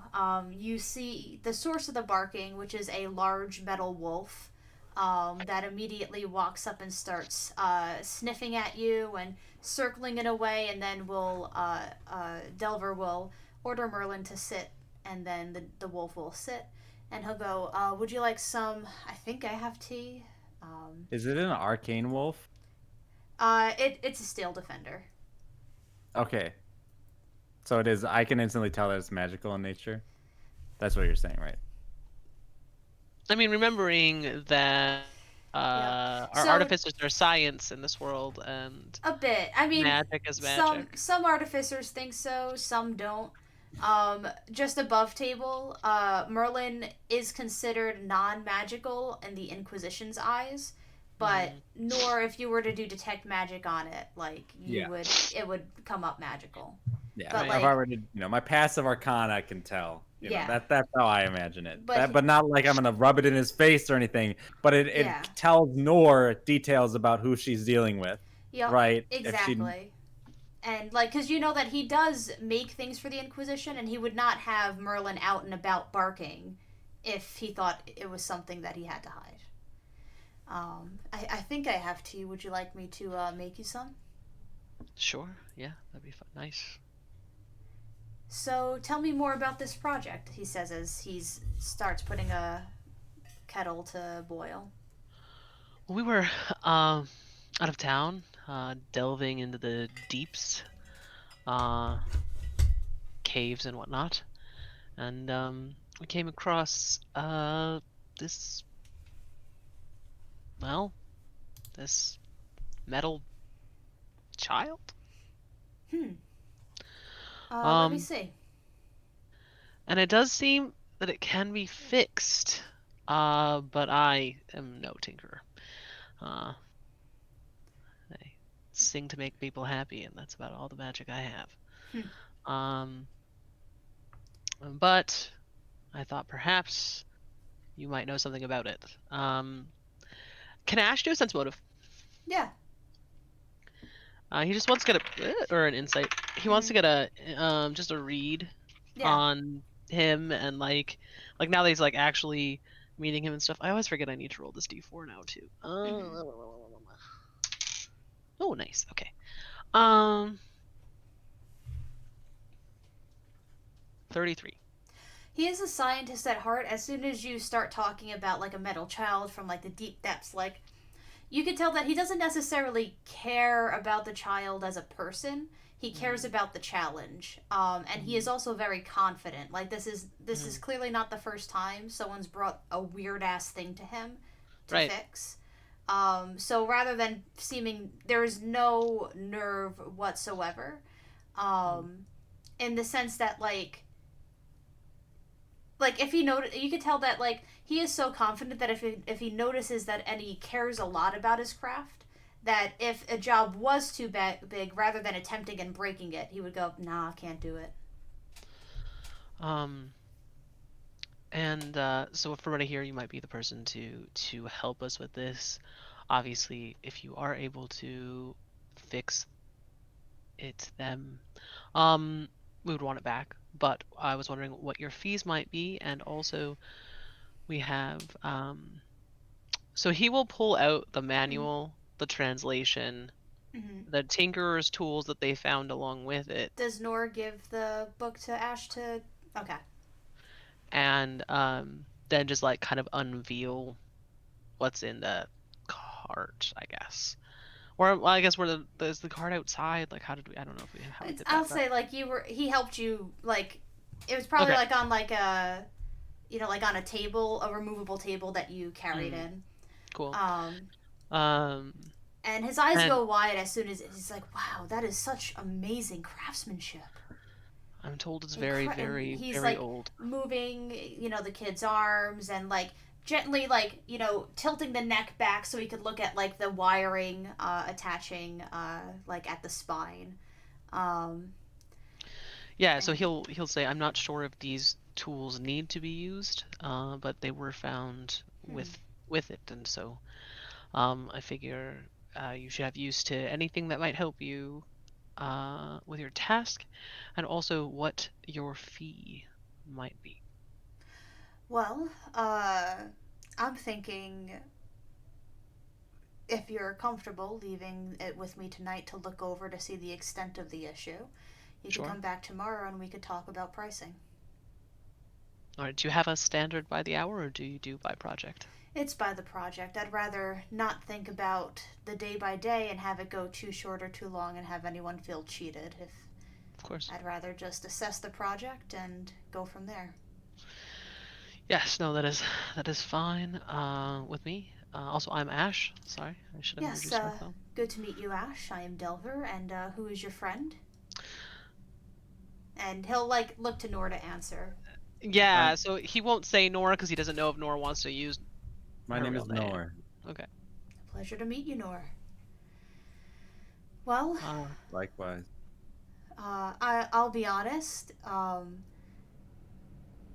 I really want to get working on this, so Well, I'm not going to make for good company, but he'll give you the teacups that he made with the tea, and he goes, "You could bring this back tomorrow." I mean, Ash will just take the tea and like just chug it and put the glass back down and say thank you very much. If you, I will come back tomorrow, but if you need me before then, he will give his PO box. That's he can drop a message at. I do check it regularly. So. Fantastic. So above table, just to save us from coming back. Okay. Oh, I was going to Go ahead. role play. I was going to say, Yeah. do you mind if I watch for a little while? I I mean, can be sure. very quiet. I was about to say, I don't like people hovering over my shoulders, but, and he'll open I'll up pull out my like knitting a. materials. Yep. He'll also open up sort of like a trap door in a way that's like 10 by 10. And it's clearly that the purpose is so that you could sit in a chair and look down with a bird's eye view at his workshop, Mhm. so that like you're not literally over his shoulder. Um, Okay. so you can either knit from afar and not necessarily get as good of a view, but be on the same level with him, or sit in a chair and look down while knitting. Which way? We'll do the sit in the chair and look down. Okay. Yeah. Ash So is free to leave, by the way. Yeah, no, 100%. yep. So what are you looking specifically for? I'm trying to learn how to do artificery because Nora's very, feeling pretty smart, and she's trying to understand how does this all work. And so she wants to just watch and see how somebody who does this job, and she's got some words for him before she leaves. Nice. So I'm gonna say you watch for about an hour. And the first 15 minutes are essentially him looking through it, testing the joints, testing to see the sort of stability of everything. And after he takes that 15 minutes to see what's fragile and what's not, he just starts cracking shit open. Like taking apart the casings, looking at it, pulling out the what's it called? The book, and examining the wiring, and then he'll turn it over, and then he'll examine like this area that like clearly is a little bit cracked. That's kind of the thing that's the issue. That part is definitely broken, whereas most of the wiring seems to be intact. And he was able to assess very quickly, like, this isn't the problem. And then he'll turns it over, and then he finds the problem. Then he starts flipping over to the the page in the book that has that sort of stuff. And is very quickly like kind of going back and forth. And you could tell that like he's already doing like work that like would technically be considered like working on it in a way, but like he's cleaning it up. He's getting it prepped so that he can see the extent of it, and to make sure that he's able to give an accurate assessment of what's wrong. And then after doing that, he will look over the rest of it even more to make sure that there's no other things that seem to be at play. And he will make several notes in his notebook, noting about like 24 different things on top of the cracked casing. And that takes about 2 hours. I'll be there the In whole total. time. Yep. And he'll look up and go, "Oh, you're still there. What's up?" Just knitting. I'll actually have an invoice written up quite soon. If you're able to stay another 15 minutes, and then I'll leave them disassembled in the case that we find something agreeable to work on. Sounds good to me. And he will write, a little invoice up and take it over to you and go, "Well, it'll take me about 2-3 weeks. I can make it 2 if you pay a little bit more. 3 if I'm able to work at my usual speed." Ash is pretty good at getting people to pay more. And as I kind of grab the receipt, I'm gonna look him right in the eyes, and I'm just gonna say, what you're working on is a living creature, an actual child from an era long past. My friend, more than he will ever tell you, cares a lot about children. Don't fuck this up. That is not untrue. And he'll smile and he'll go, "Well, that's actually quite interesting. Does he want it to remain a child, or does he want it to be different?" It's programmable, you see. I found the part of the manual where you could change its personality, change its functions. Default mode. Whatever it wants is important. whatever it wants, which probably means whatever its default mode is. But we have a talking sword that can also give us some more information on this.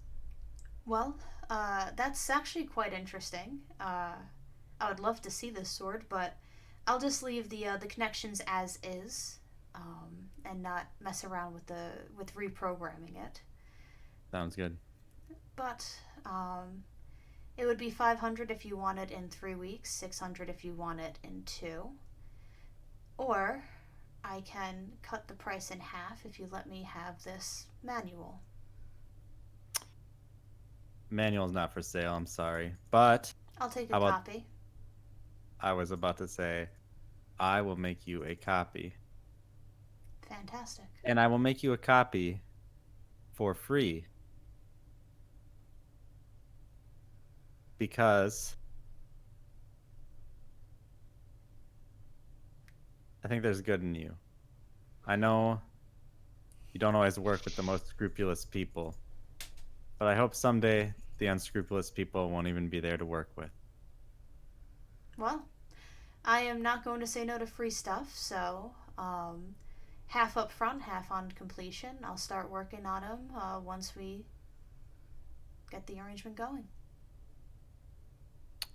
Should I just accept the arrangement now, Ash?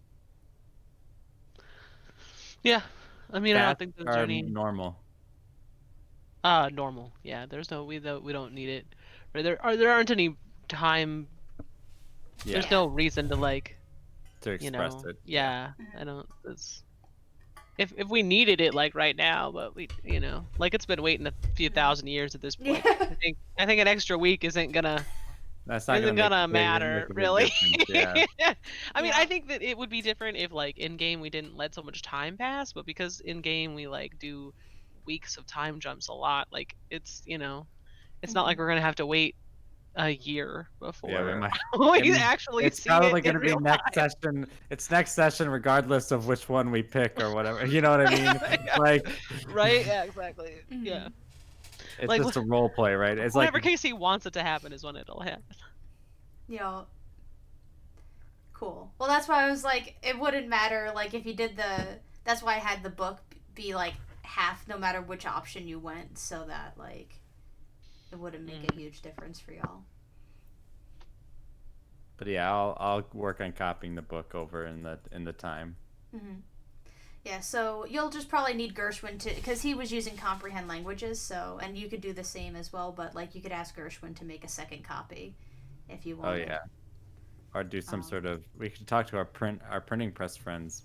Oh, No, I'm boy. just kidding. All right.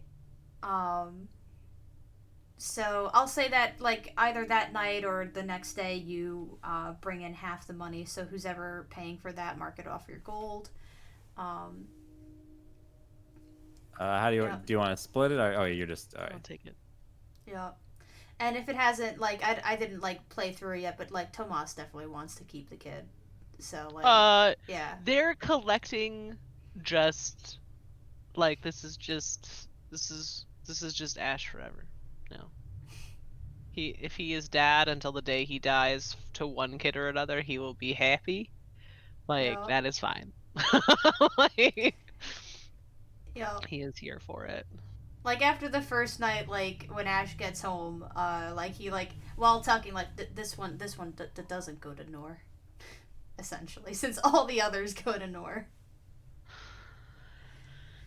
Look, if it needs to go to day school, we're gonna send it to day school. Well, that's fine. But Do we have a Warforged you kid do already? have a Warforged kid Yeah. already. Yup. So we would at least know, be able to give it some amount of companionship with similar Yup. creature. I But- mean, they're definitely going to school at your place. And that'll be. I can't wait for the Warforged kids to meet. I have been waiting for weeks for that, but that'll happen sometime. It'll happen when it happens. Yup. All right. So, tell me the plan for going to the bookshop. Oh gosh. Okay, so Ash has gotta get in like true alabaster like So you're going as Alabaster? Binary. Yo, yeah. Well, because Alabaster has stake in this, and True. it's right. Like until he can tell that they are cool, they don't get to meet Ash or be a part of the resistance on this Yeah. end. Like, Hmm. nah. Um.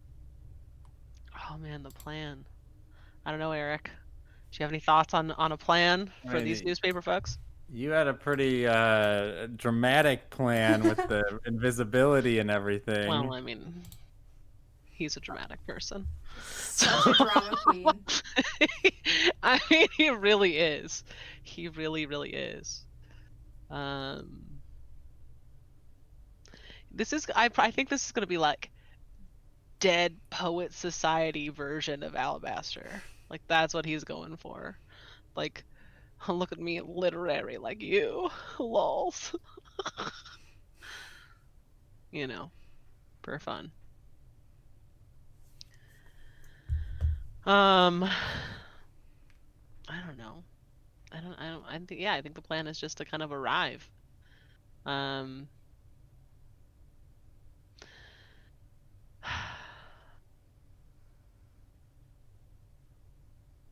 Sounds good to me. I'm ready to just go. see what happens. I don't know. Because Ash doesn't really know what he wants to do with these people yet. He knows he's not going to threaten them. Probably. Because that will just get them to fucking print more shit. Hmm. Or up and move, and then he has to go find them again, and that's just boring. Cat and mouse game, literally, is not his jam. Hmm. So, yeah. Okay, so tell me again about this Taizhou Free Press. They're against the Inquisition? What are their other stories that aren't about Alabaster? They Like, are against the Inquisition, but they're more against the rich. Like they essentially Okay. are harassing Inquisition aligned rich people, essentially so that they're spending more time dealing with the Taizhou Free Press and defending their name so that they can't use their resources and time to defend or work with the Inquisition and work on Inquisition projects, and also sort of what was I gonna say? Like the or just break like the Inquisition go like, oh yeah, you're too much of a mess right now. We can't have you working on this. We're gonna find someone else. And that even if it's just 2 or 3 weeks of them having to find someone new, is still bothering the Inquisition. So that's their MO. So yeah. Okay. Cool. That's okay. Ash is also kind of against rich people, but also likes being a rich person, so probably isn't gonna stop. But like, I don't know. Anyway, yeah, I think the goal is just to dramatically enter. I think that's So the bookshop would be locked and closed at this point. sure.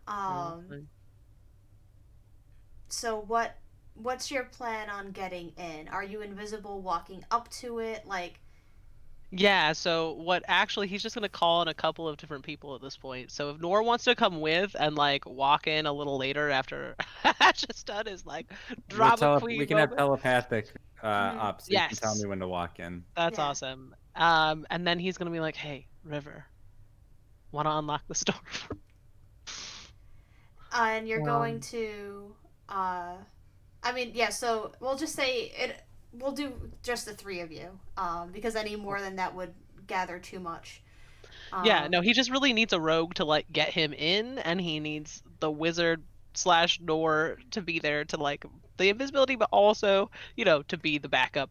And then River doesn't necessarily have to like come in or do anything like that. River just needs to open the door. What's it called? You would know, just based on the intel, that there's an alarm spell on the front door. So you would need to dispel magic, in order to get that done. So Eric, would you have Nor cast dispel magic? Maybe the invisible plan isn't the best if we have to do all this stuff. Maybe just knock. I can knock and come in and say I got a hot scoop, and then you just kind of sneak in with me and you're already invisible. I don't want to disable their alarm system. They can Yeah, it's a second level re-able their spell. alarm system. They are capable of I it. dispel it. And Dispel magic is one of those spells I prepare every day, no matter what. So yeah. click that And cast. River will start. I mean, because it's also locked through mundane means as well. Yeah, for And, sure. Ash just really likes to be a drama bitch, okay? All right, and I put And invisibility on you. These people deserve Ash at his drama bitch level, okay? Like, Alright. they do. Uh-huh. They're also nobles. They are also drama bitches. That's why they fucking made this fucking free press being all like, oh, we're gonna hide in the shadows. And, like, drama bitches. Like, you gotta meet drama bitches with drama bitch, okay? That's just how it is. That's just how it is. Mm-hmm. So Nora casts Dispel magic begrudgingly, and River will go, maybe the invisible plan doesn't work. We have to, just kind of essentially like trying to be dramatic with everyone else while undoing the lock, and we'll undo it quite quickly. Okay. So, Hot. and Invisible me. 1 second. He is so here for this, you don't even know. Wait, what did I miss? He's been waiting. Nothing. I'm just being excited about being able to do this. That's all. So, I anticipated you going in the daytime, so I'm just gonna take these out. No. Well, I thought you were gonna just walk up and be like, "Yo, bitch, it's me." No. And let me get a River on here because I wasn't expecting River. 1 second. There we go. So you all get in here. Imagine that instead of these being tables, they're like round bookshelves. Okay. There is the front desk over here, and then a back area, which you would know the downstairs would be in a trap door underneath one of the tables that has to be moved. There's a mat and then a table and then. Yeah, so River can come in if they want to, but they also don't have to. River will, and I imagine that you telepathic bonded with River as well. Yep. So River will go, I'll stay up here and keep an eye out on the windows, make sure that there's no one coming. And I'm hanging out outside until you give me the okay. So you're on your own. Yeah. That's so River will kind of just hide in the shadows near the window so that they can keep an eye both on the downstairs area where Ash will be going. Or they can't see downstairs, but they could see where, the entrance to it. And then they can keep an eye on Nor as well. So Ash, give me a stealth check so that you can quietly walk across the floor. Right, there's a 13 on the die. It's going to be a 23. Advantage because they're invisible. Still 23, but Okay. I do get an advantage. And then give me a stealth check. Now I'm gonna say this takes you, you're taking extra time so that you're not at disadvantage, because moving a heavy table and all that stuff, so you're taking extra time so you could still maintain your advantage. Sure. Yeah, 100%. So it takes about 5 or 6 minutes that you're doing just moving it slowly, carefully over, pop it down, Yep, gotta set up, right. Yep. Alright, so that's 15 on the die for a 25. Okay.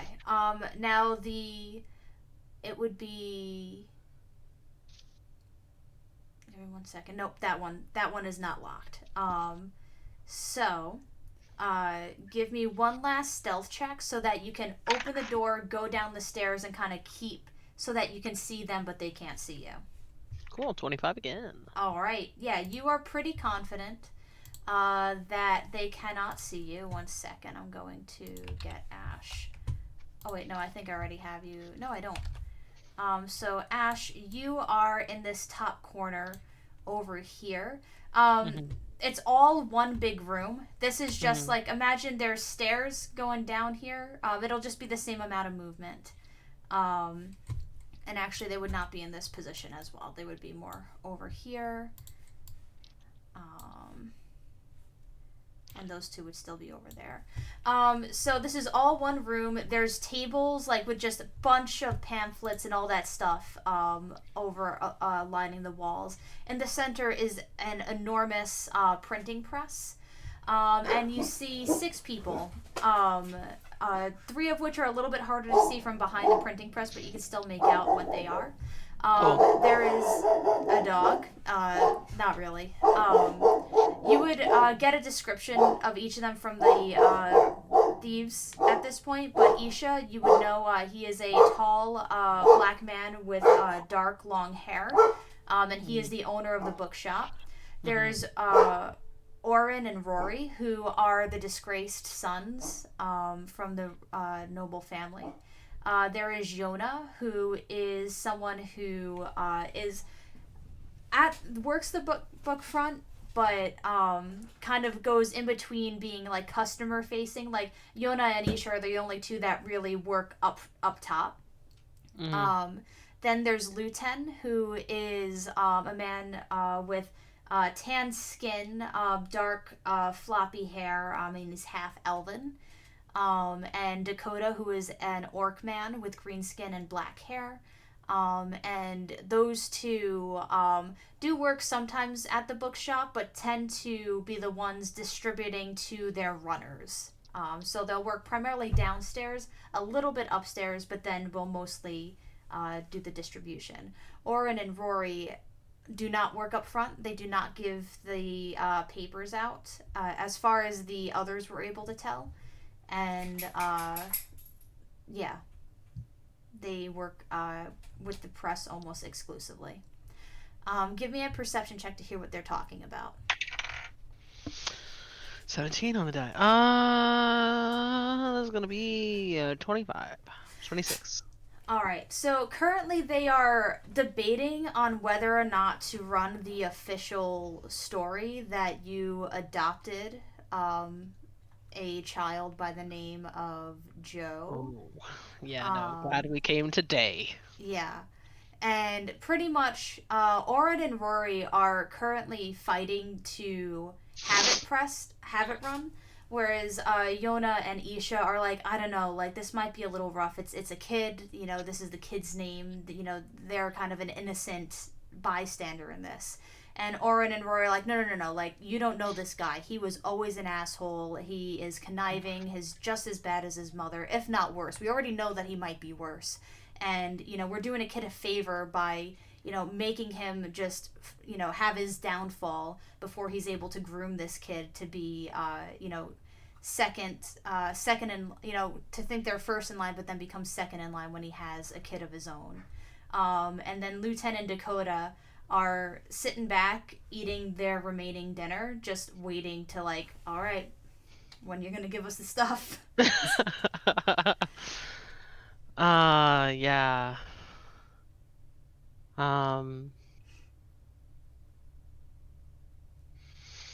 Oh gosh, he was not prepared to be walking into a conversation about himself.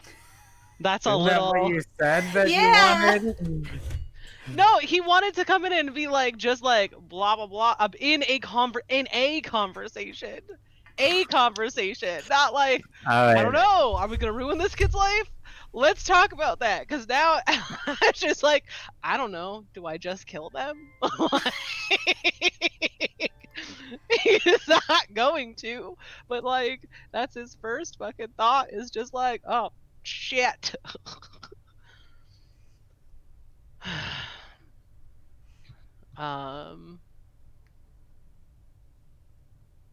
Yeah, so he's gonna like go up to this printing press and like, I don't know, just scope it out, like spend a half a second just kind of like feeling out the room, figuring out where might be the most dramatic entrance. Give me a stealth check. Sure. With advantage because you are still invisible. That is gonna be a 24. All right, yeah, you make it to the printing press and you're able to, scope it out a little bit more. 1 second. Where is Ash? There we go. So you walk around it, you do a full circle, and then I'm gonna say you're gonna be like right over here at the end of it all.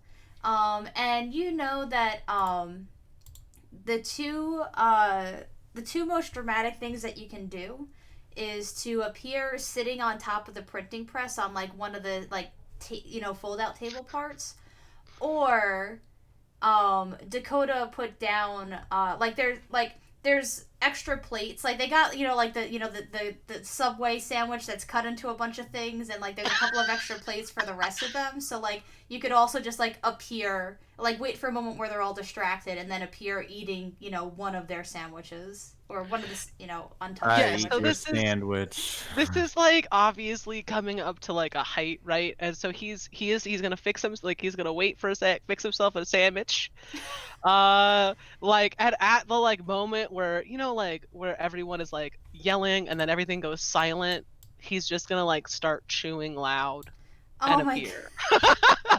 Just like very laissez-faire. Laissez-faire.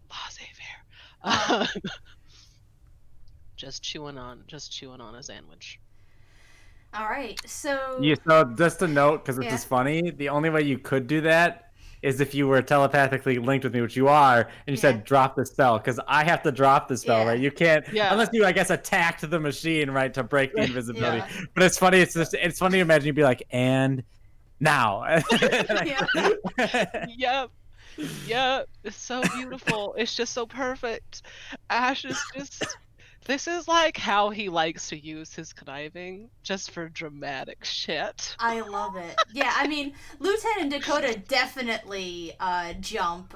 Dakota drops the plate but keeps the sandwich. Isha, who is the only one facing you, because Orin, Rory, and Yona are all looking at the opposite he's- direction. Sitting on a chair just with his leg up, like just like as if he's a part of this conversation. Like that is where we're at.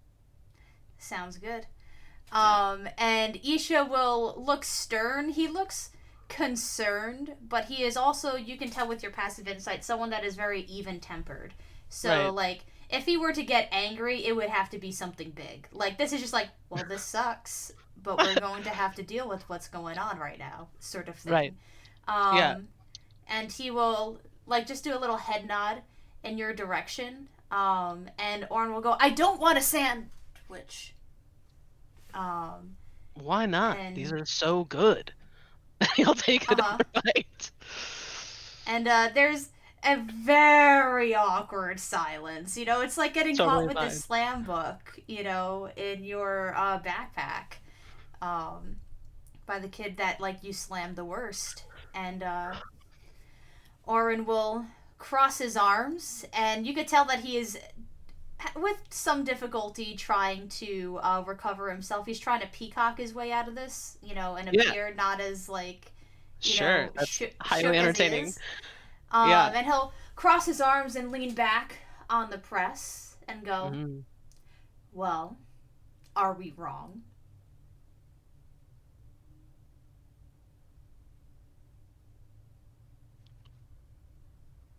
Are you wrong that it's better to ruin a child's life than not?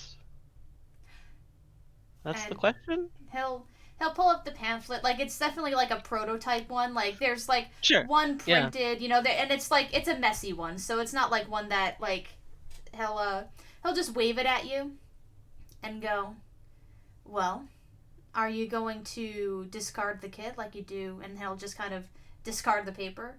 Everyone else, once they're done being of use to you, it is your pattern. It's your mother's pattern. It is my mother's pattern.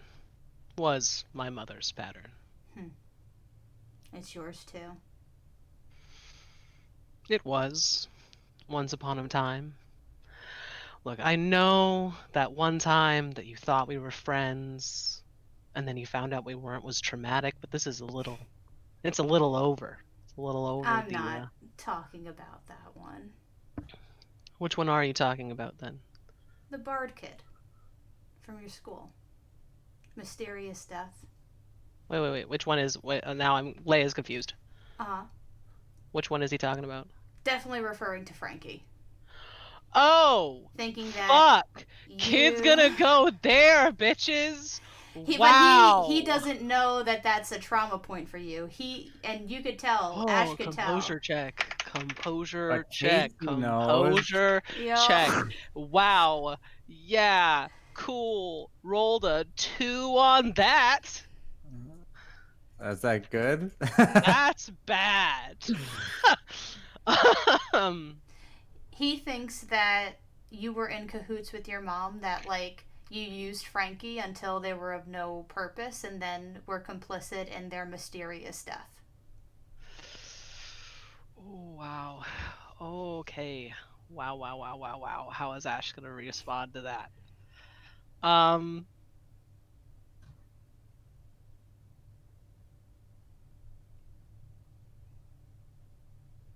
He is still currently leaning back, arms crossed, very nonchalant.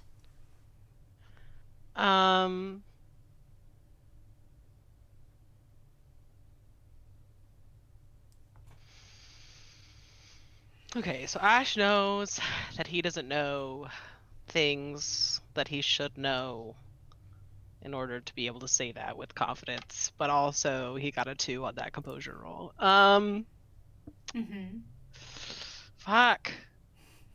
Casey! I mean,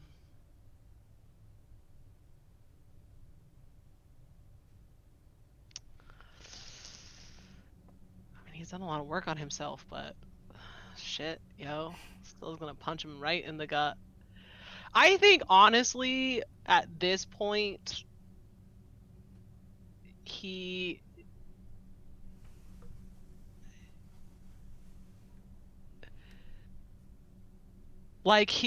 knowing that, like, in the split second that it takes him to realize that his face is gonna do whatever the fuck it wants and that he has no control over that at this point, he's just gonna, like, let that happen. And Alabaster Mask will fall for a moment to reveal, like, the grief that this fuck just caused. Like, a deep wound face. Got it. And he will look down at his sandwich.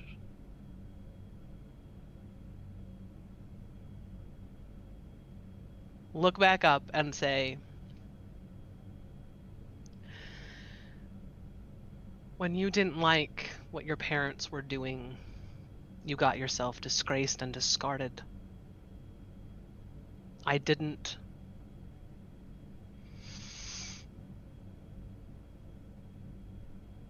Frankie died mysteriously, and my mother, well, she died exactly the way she was supposed to. Oof. Oof. Roll me a persuasion check.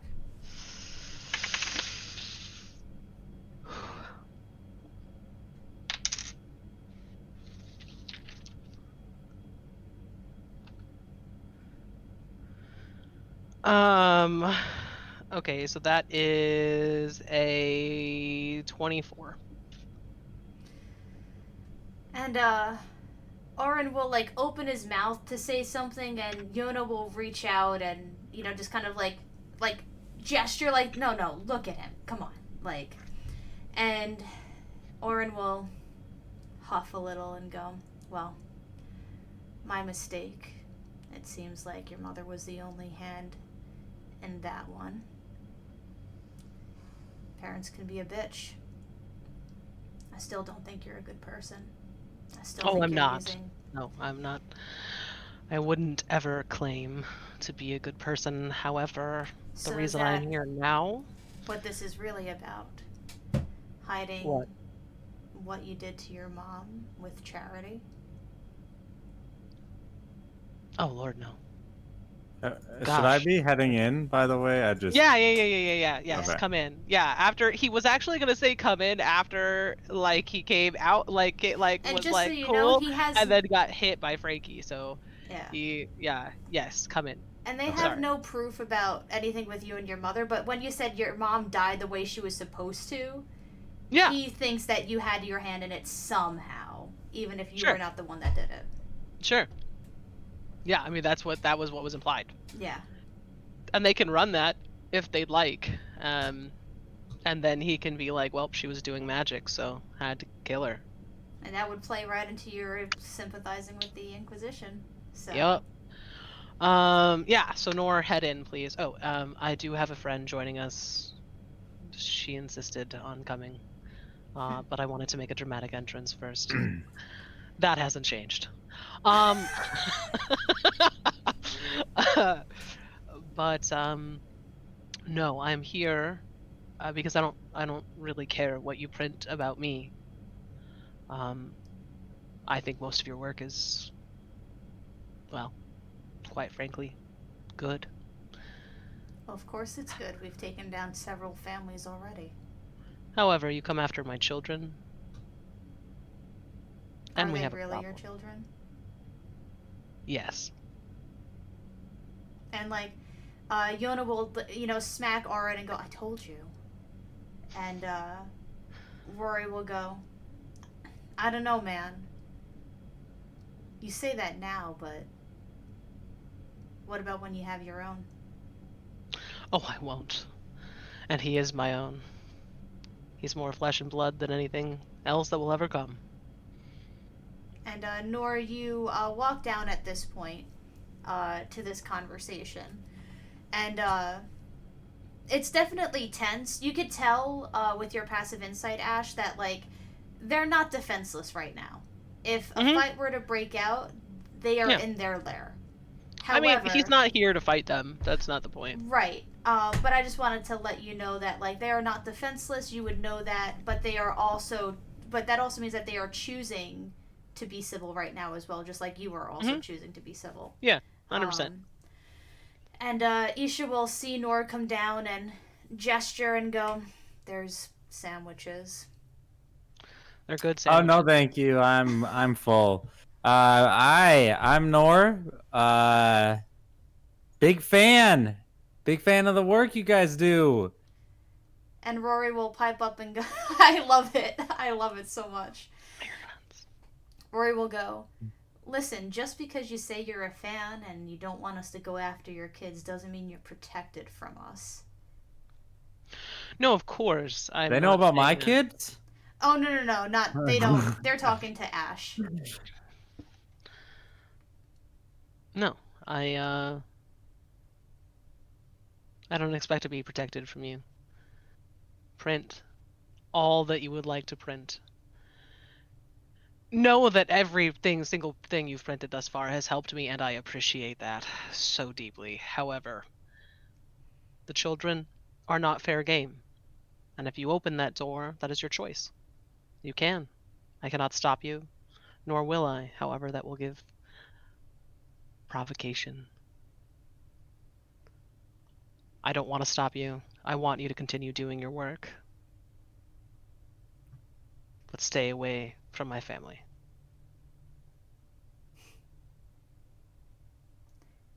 Orin is looking a lot more contemplative. You could tell that Rory's a bit more Spitfire. And Rory will go, "Or what are you going to do?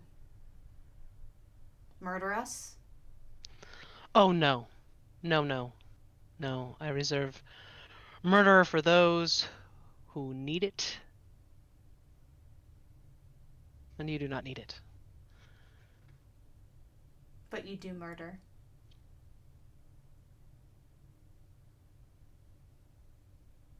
And he'll give a toothy grin.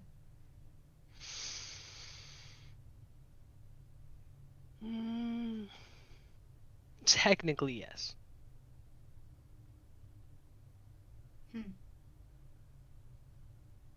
Well, is there anything else you want to demand of us, Mr. Crane? This isn't a demand. This is simply letting you know that if you wish to start war, you can. But I wouldn't advise it. And Orin will go, "Don't worry, you're not worth a war." Good. And also to let you know that if you would like any information, I'm happy to drop it somewhere appropriate. No. We don't work with poison. But what about with spice? And Dakota, the orc person, will like gesture at Nor with his plate and through a mouthful of Sandra. Go, I like her. And he'll swallow and go, what kind of spice? Allspice. Allspice. Well, it depends on your variety. Subterfuge, betrayal, love, all the things great stories are made out of. We like print like real stuff though. Like Oh yeah, I know. and like and he'll point to the two of you like you're not together, right? Like information from Like- you, and he definitely is wording it poorly. Like information from you isn't tied to him. I can't guarantee that, but no, not really. I can help you get information. Lots of information. And Dakota will laugh and go, "Give us information about him," pointing to Ash. I'm But, gonna like, pull out. not about I'm the gonna- kids. I'm gonna walk over to their wherever the table where they're sitting. Uh-huh. I'm gonna walk over, and I'm gonna plop down a crystal ball in the middle of the table, Uh-huh. and I'm gonna cast scrying on Ash. Give me a wisdom save, Ash. Please willingly fail. Oh yeah, I've did Yeah. 100. Am I? Is he gonna be able to see himself in the crystal ball? That's like a very serious question. Yeah, that's the goal. Oh Yeah. my god, this is gonna be the greatest. Yeah, he will totally willfully, just like Yeah. 100% willfully let that happen. Sounds I just good. feel like, oh, I do look as good as I think that I do. Rory gags. And Dakota, oh, that's a nice trick you got there. That's the Yoda, least of come my look at tricks. This whole place here, you need to have it better prepared. You think that the Inquisition isn't going to find this place eventually? I mean, let's be honest. I mean, I broke into this place in about 6 seconds. And Yona will go, we have protections, but... And she'll look up and go, some things are best left a secret. I'm just saying, if you give me a month and like 1,000 gold, I got this place nice and popping. Talking about guards and wards, I could like Yeah. set up like all sorts of little mischievous little traps here. And Yona, who you could at this point tell is definitely like the most magic out of all of them, because she seems to like be familiar to some degree with the scrying, and she will go, you know, I think it would be nice if we could meet for lunch sometime. For sure. I'm open book. Tomorrow. Sounds good to me. Do I trust that she's not going to backstab me? You could give an insight check. Just to pull up my insight. Mr. Insight next to me maybe could. Oh, that's pretty good for me. That'll be a 18. She is uncertain about you. So this is like both of you trying to like suss each other out. So she does not at this point seem to have ill intent towards you. All right. And so I'll say, you know, let me put it this way. We have a common enemy, and I'm going to use my changeling form to reveal my true Mhm. changeling nature, which includes like the massive scar across Yeah. my face and the burns on my arms and stuff. And I'm, if we got common enemy, we might as well work together. And Orin will go, I mean, we're going for something a little bit different. But if our paths cross, our paths cross. What do they mean by Tell that? me. Yeah, what are you going for? And he'll smile at you and go, no person should have the amount of wealth that you have, or that most nobles have. All right, so like I know that like you guys are like used to be like noble kids, and now you're all like edgy and stuff. Like I was actually an urchin, so we're pretty much on the same path. You wouldn't be friends with him if we were on the same path, though. No, that's where you're wrong. You just don't know who you're talking about. Did you know that there was a giant undead horde that would have killed all of us, and Ash stopped it? Probably with other people that he stepped over. I would say that Yeah, there were would not be Yeah, a, no. a fair, accurate description of the events that occurred. So like literally what happens here is that after Nora comes in, actually Ash has a lot of harder time like keeping Alabaster Face with like people he knows as Ash are around. So like as soon as he says that, the first image in his head is the general, and he's like, Jesus, I could not. Nope. Yo. Oh no, that was a me taking orders situation. And Let's say. he'll look over and go, well,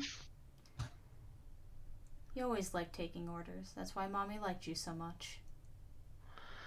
No, actually, she hated me until I defied her for the first time, and that's when she actually became interested. Well, he'll look you up and down once again, clearly thinking very little of you. That's okay. Ash doesn't care. Like, but it's just like almost like one of those like, not that Ash would get annoyed, but it's like almost annoying to look at in a way. You know, the way that he sort of, you know, carries himself. And he'll go, still doesn't change what you've done, what you benefit from. No. You're still nothing.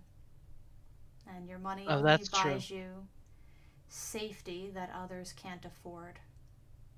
But Yes.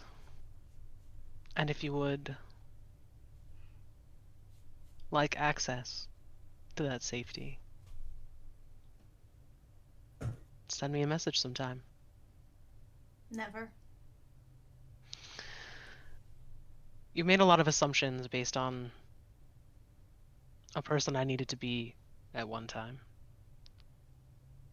and who is still needed, unfortunately. If the right political moves are going to be made against these redcoats that have taken over our city. The rich were a plague before the redcoats. That is true. Getting rid of the redcoats won't fix this problem. That's also true. Getting rid of the redcoats is a first step. Putting someone in power that would never have been in power before is the next step. I look forward to a time when my status isn't necessary to protect those that need protecting. Until that happens, that status will stay exactly where it is. If it were my choice, I'd be in a small little town a few days from here, drinking with friends, and instead I am here dealing with you, attempting to convince you not to ruin a toddler's life because you believe in a person that doesn't exist anymore. But that's your choice. I can't stop you. Well, I guess we're both disappointed with our evenings. No, this is actually very nice. I'm actually having a whole lot of fun. This is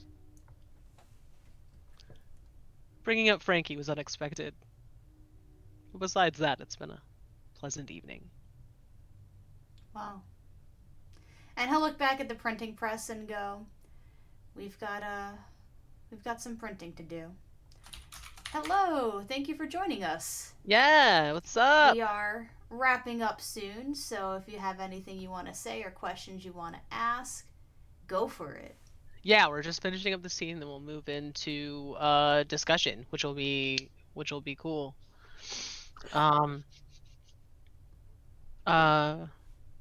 So, I mean, Nora has something to say, but I'll wait for. I didn't realize you were still talking. My bad. Yeah, Ash will just say, and look, I know you're not the brains of this operation, and so what do you think of me doesn't mean a whole lot.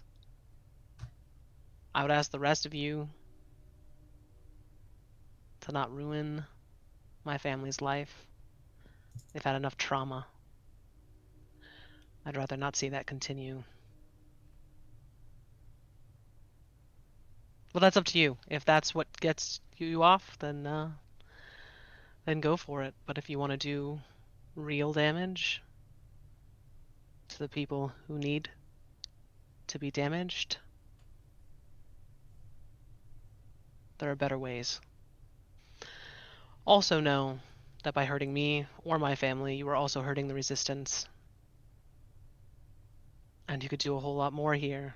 And their heads sort of turn when you give them You could do a whole that lot more here breadcrumb. if you joined a different type of coalition.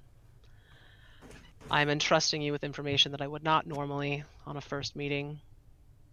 Mostly because you've been listening to, well, these two who, although they say they don't want to be rich and that the rich people need to go away, are still acting like rich people and making assumptions they shouldn't, which is fine. But to the rest of you,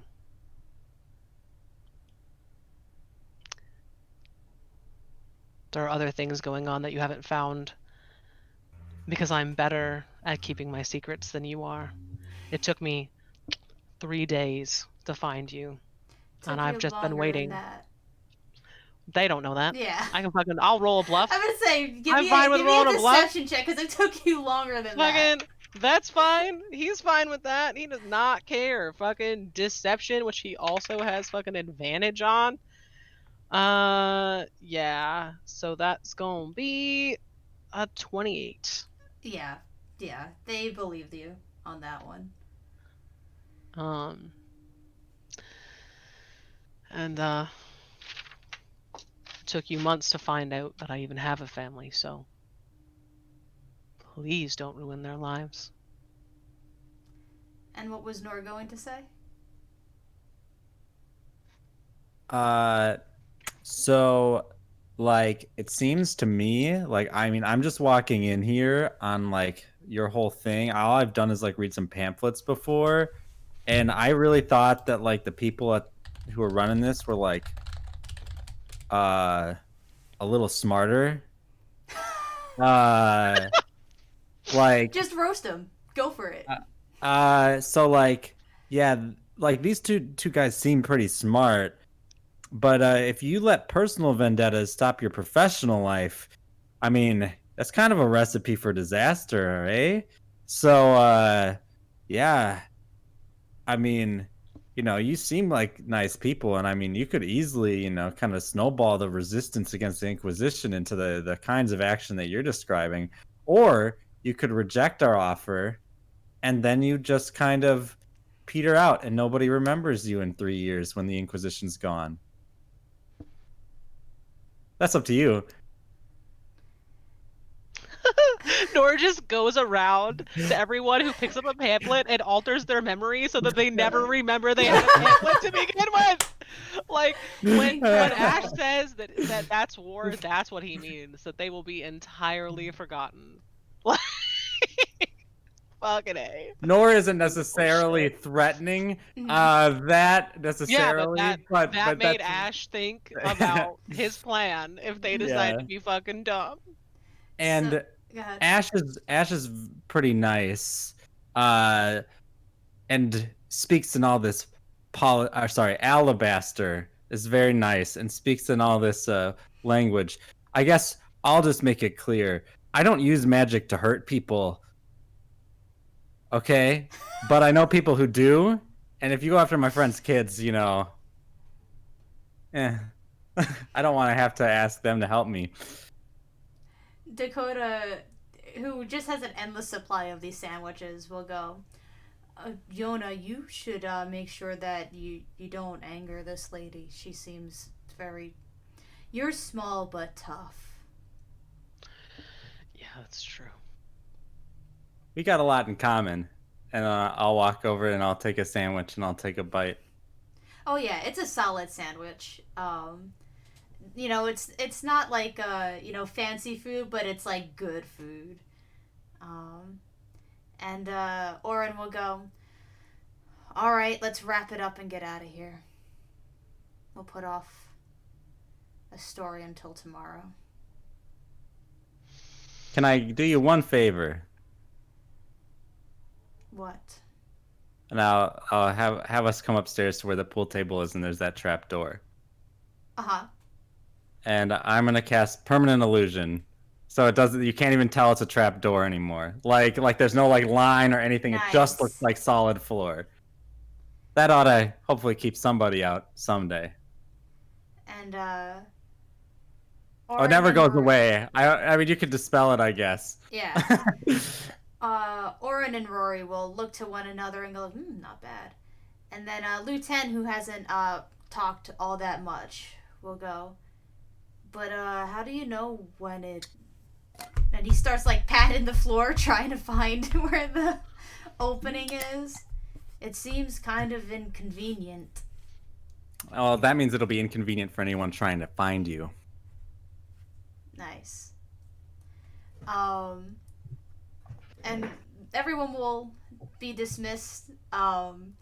River will like look at you all like they'll keep themselves like in the shadows enough so that they're not noticed by the others, but they're looking at you like, what do I do? What should I do? Are you gonna leave me behind? Yeah, before no. They'll We have definitely like call River. Yeah, we'll call River out behind us. But the dude who owns the bookshop, Isha? Who I have a meeting with, correct? Alabaster is going to shake his hand, and in shaking his hand is going to leave a piece of paper in his palm that has the symbol of the resistance on it. Mm-hmm. That he's been using. Yep, your 2BD third alternate identity. Yeah. Sounds good. He is trusting them deeply and doesn't entirely know why, but is just gonna do it. This is like surprisingly just gonna do it. God, you're giving me so much, and I'm just like, I promised her no pain. What are these people, like, actually awful? No, they're not. They just hate rich people, and you're just giving them, like, so much. I mean, above table, I don't think that they're gonna use it, but, like, if you piss them off, you know, enough... His goal is to bring them into the fold, right? Like, that's the goal, and they have so many assumptions about him that there's only one way to do this, and just be like, to him, there's just one way to get them to, like, not... fuck his fam, and not fuck the Tall Joe, and not fuck everything he's been working on, and that is just to like bring them in and be like, no, but really, like actually for real. So, question. I think it would only take maybe 5 minutes to do it. Do we want to do the confirmation with Alyosha, or do we want to save that for next week and talk? Let's save it for next week and talk, because we do have the dad of Arya.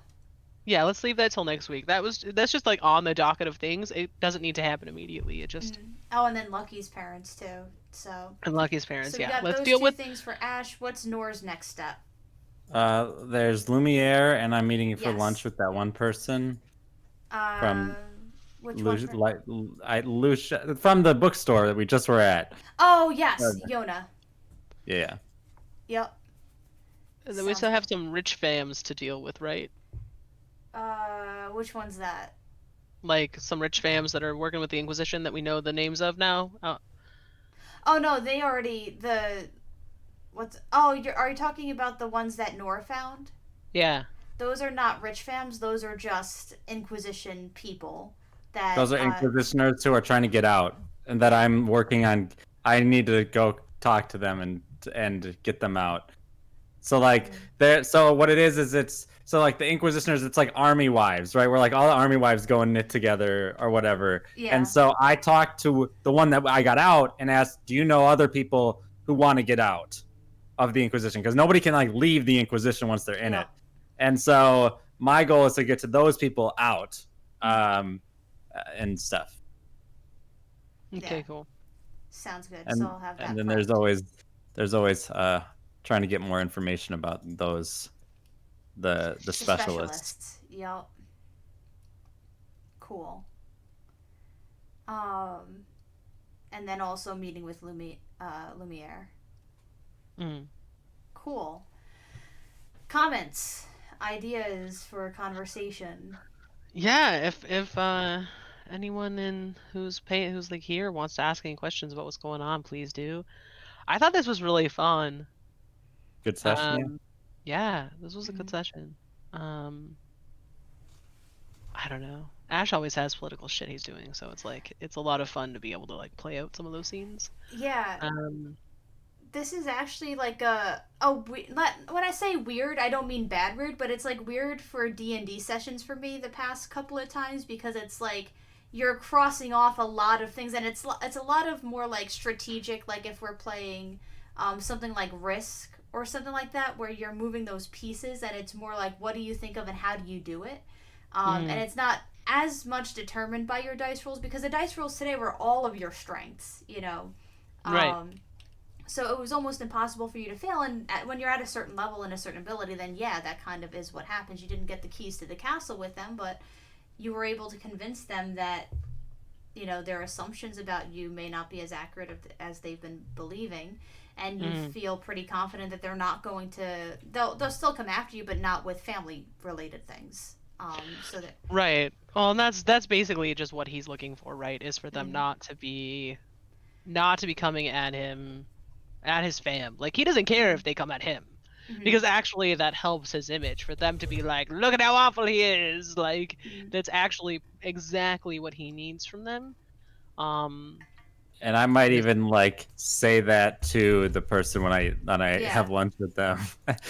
Well, I mean, Yeah. he did actually say that too. He was like, "Thank you for all the work that you're doing, and also like, thank you for the things you're saying about me because it's exactly what I need." And let them do with that what they will and how they want to like think about that. Yeah. Puts them in a catch-22. They hate you, but the more they hate you, the more they help you. Right.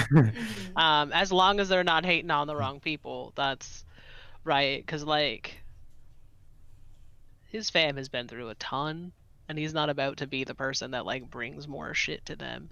And like he really is like at this point, like he might keep a house, he might keep some property, but like in terms of his wealth, like he He will doesn't keep love what it. he needs, but then like the goal is to fucking not have that and or to be using it to like start bard colleges and like help with orphanages and like fund churches and fucking free press shit like all like that. Yeah. That would be like things that other rich people don't do so that those things still are happening and have backing, right? Like and if he can just like not have money, that'd be great. Like enough to like live on and be happy and comfortable, but like that's it. Like he's kind of over it, like deeply in his heart. But Like my oh sorry, go ahead. no, go. I was just gonna say I do like this style of D&D. It just feels very different to me.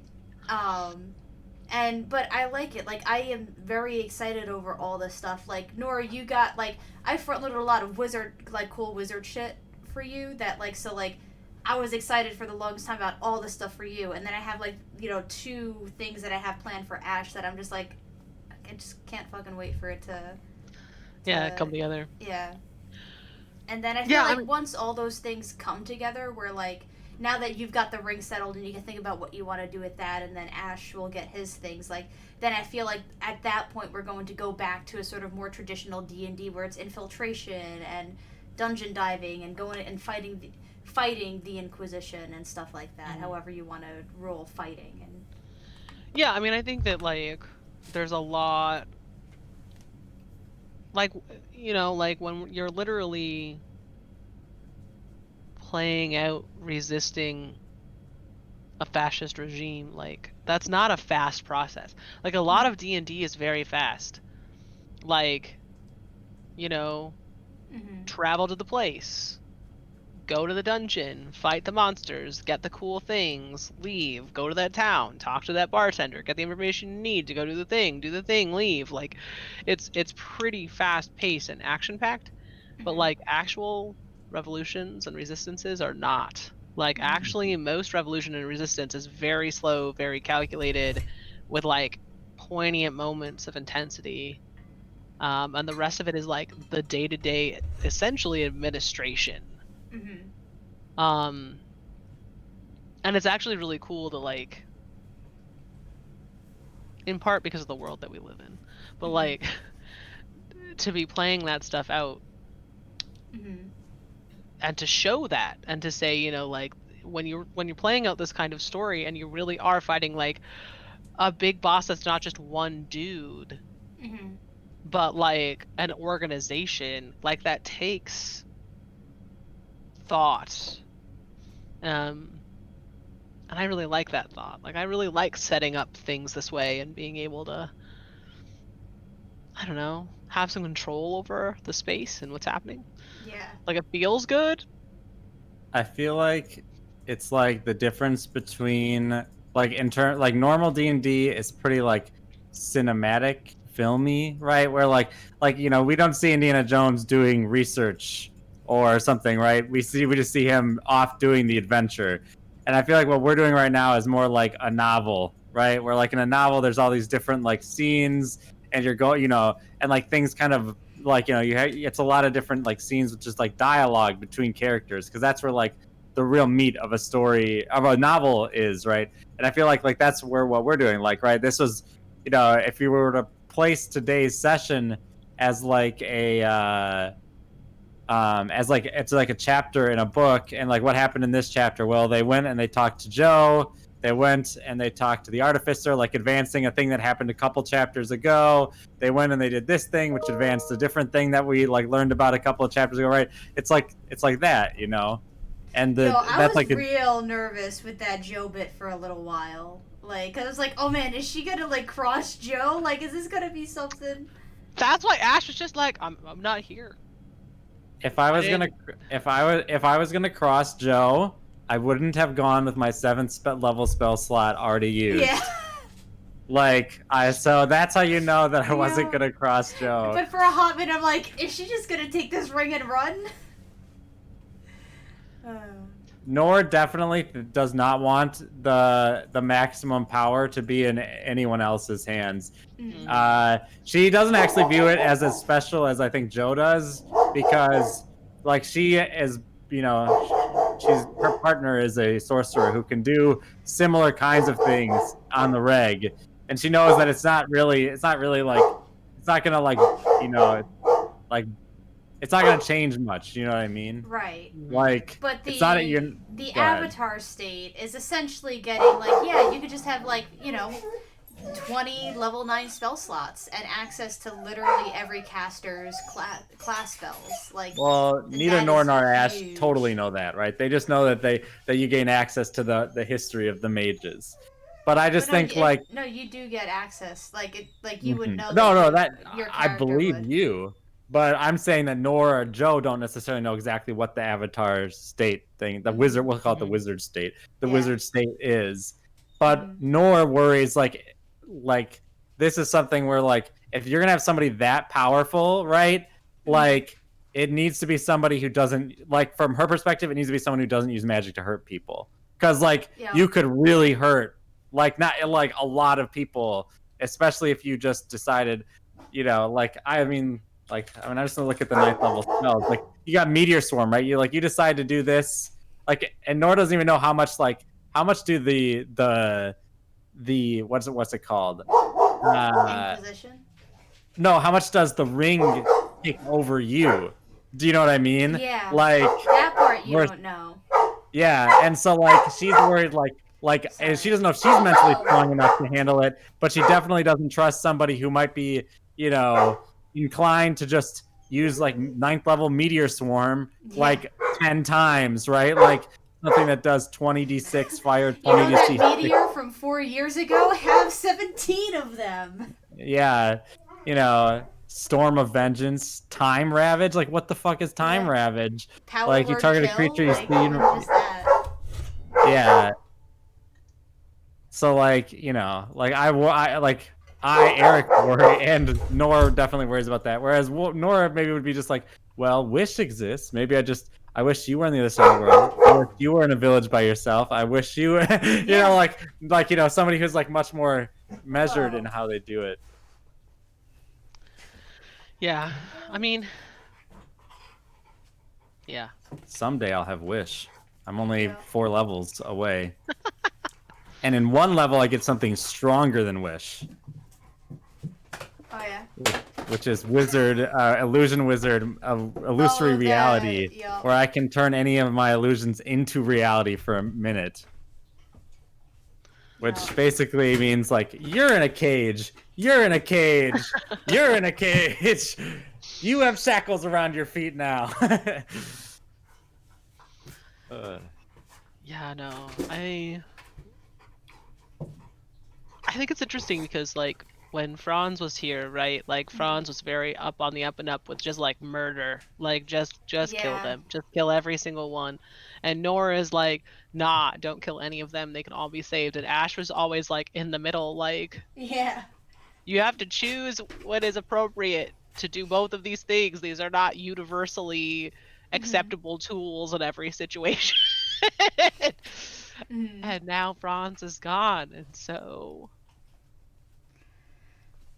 he doesn't have to fight with anyone about not killing anyone anymore. Mhm. But then Nora's just like, never kill anyone, and he's like, I don't know. But then, like, Nora- Ash is able to, like, I don't know. off screen just solve the problem with Arya by murdering the only one that would potentially turn her in. Just like Right. fucking Darius while So for those of you who are not here God. for that particular scene, it was pretty early on. I don't remember what episode like it was, but it was pretty 22 at the latest. Yeah. We're almost at 100, by the way. When that happens, we need to do something cool. Mhm. But we were, like, talking to this artificer who was a bad guy, like a bad dude, and we were, like, arguing what to do with him, and, like, Ash was, like, kind of out of it, like, not really, like, paying attention to the conversation, and then just decided that he needed to die. So, like, snuck into the shadows, came up behind Darius, put a knife in his fucking ribs, and just dragged him away into the forest. Like, some horror movie fucking monster. Just like, Yeah. It was that was a great. good scene. That was a It's- solid. It's worth noting that Nora's philosophy is that she will not use magic to harm other creatures, or she does not want to use magic to She harm will other use creatures. a dagger to harm others. So A- hilariously, that is also Ash's philosophy, and has no attack spells for that exact reason. He does not use magic to hurt people ever. But she's not totally opposed. She just is like she's like, I'm trying to play a dynamic character who like in the early campaign she was a zealot. Yeah. Yeah. And that Just turned out ties someone and leaves them in the middle of the cave. Deathbringer will choose when it's time for you to die.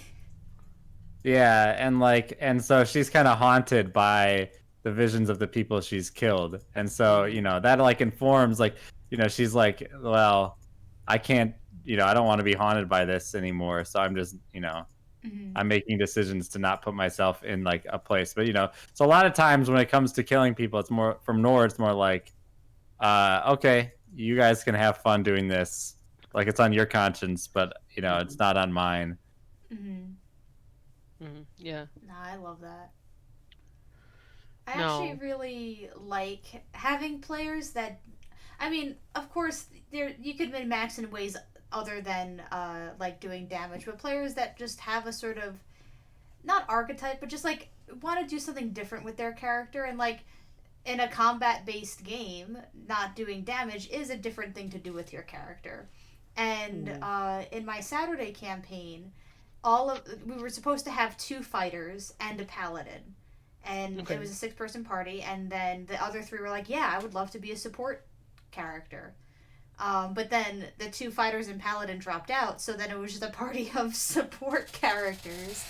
Um, and I felt bad because they weren't able to do the things that they wanted. They were fighting in battle, instead of doing the support stuff. So I started throwing NPCs that would go with them that were the tanks. And I'm like, I feel bad. Like, I want to leave the kills for you all because it feels good when you do that last thing. They're like, no, no, no, no, no. We see the damage they're taking. We want them to keep killing them. We just want to do the buff stuff. So it's just the different sort of goals that the player characters have. I just think make it very flavorful. Yeah, I mean, no, like if I wanted to min-max Ash, like I would not have a 6-7 bard to fighter ratio. Like he'd be a baby bard and mostly a fighter. But he would keep up both of those skills, and both of those skills mattered to him a lot. So as a character, I couldn't justify not upping both of them. And that actually does make him a little bit underpowered, which is a little insane because he's already so powerful. Yeah. But level as 13 fighters are fucking insane, yeah, right. And I will never be able to do the things that Nora is able to do with her magic, for instance. Like even though bards have some pretty cool shit, like I will never get to that level with Ash. And that's okay because he relies on more, like I rely on good RP to get what he wants more than anything, actually. Which I like. Worked very well today. I mean, I really love being able to like do RP, and it makes me happy. Like playing in Casey's games is always a lot of RP, and that I appreciate like deeply as a person. Yeah. But yeah, it is 5 o'clock. Any closing thoughts, or we good? It gets so dark so early. I know. It's okay. 3 more weeks and it'll start getting lighter and lighter with each day. My final thoughts are while Nora was doing wizard things, I calculated out how long it's gonna take me to bake everything this weekend, and I have 8.5 hours of just baking time. That does not include rolling out, cutting, or any of that stuff. 8.5 hours just in the oven. I'm making a bunch of dough tonight. So, but it's cool because then I'm gonna get a drop off cookies to people. Nice. Eric, you are getting a small plate of gingerbread cookies. Oh, geez. All right. Well, I will try to enjoy them. You do not have to enjoy them. If you re-gift them, that's also fine. I mean, I live with a wife. But be sure to re-gift them before you try them. So you don't No, I won't. I'm not gonna. I'll probably eat them over the course of of like let me put it this way. So like how like you can go to the store and you can get like a thing of cookies like not Oreos. I like the fudge, coconut fudge caramel things. I don't know. They're like a wafer cookie. I will get one of those, and I will take me a month and a half to eat through the whole thing because I'll just have one like, oh, I just finished dinner. I'll have a single cookie. Like I'm not a sweets person. I just don't Yeah. eat very many sweets. I don't have that kind of, I don't know, gene you might call it, like of like I'm just gonna eat a bunch of sweets. Like once I eat like one sweet, I'm like I'm full, and if I eat another, I will feel like sick, and I don't want to. Like it will not taste good, Yeah. which is probably a good feeling to have. But yeah, so I'll probably really enjoy those gingerbread cookies, and I'll still be eating them in January. No, and that is 100% fine. It's why I'm going to drop you a small plate and also not going to frost them for you. That is good. You're Yeah. getting plain gingerbread, no white chocolate cookies because I know that what you want is that little bit of bitter. Like, so. You got it. Solid. All right. Well, let's get out of here. with It's that- dark. It's time for bed. Thank y'all for joining. It's not time for bed. Thank y'all for playing. And we'll see you Bye. next week.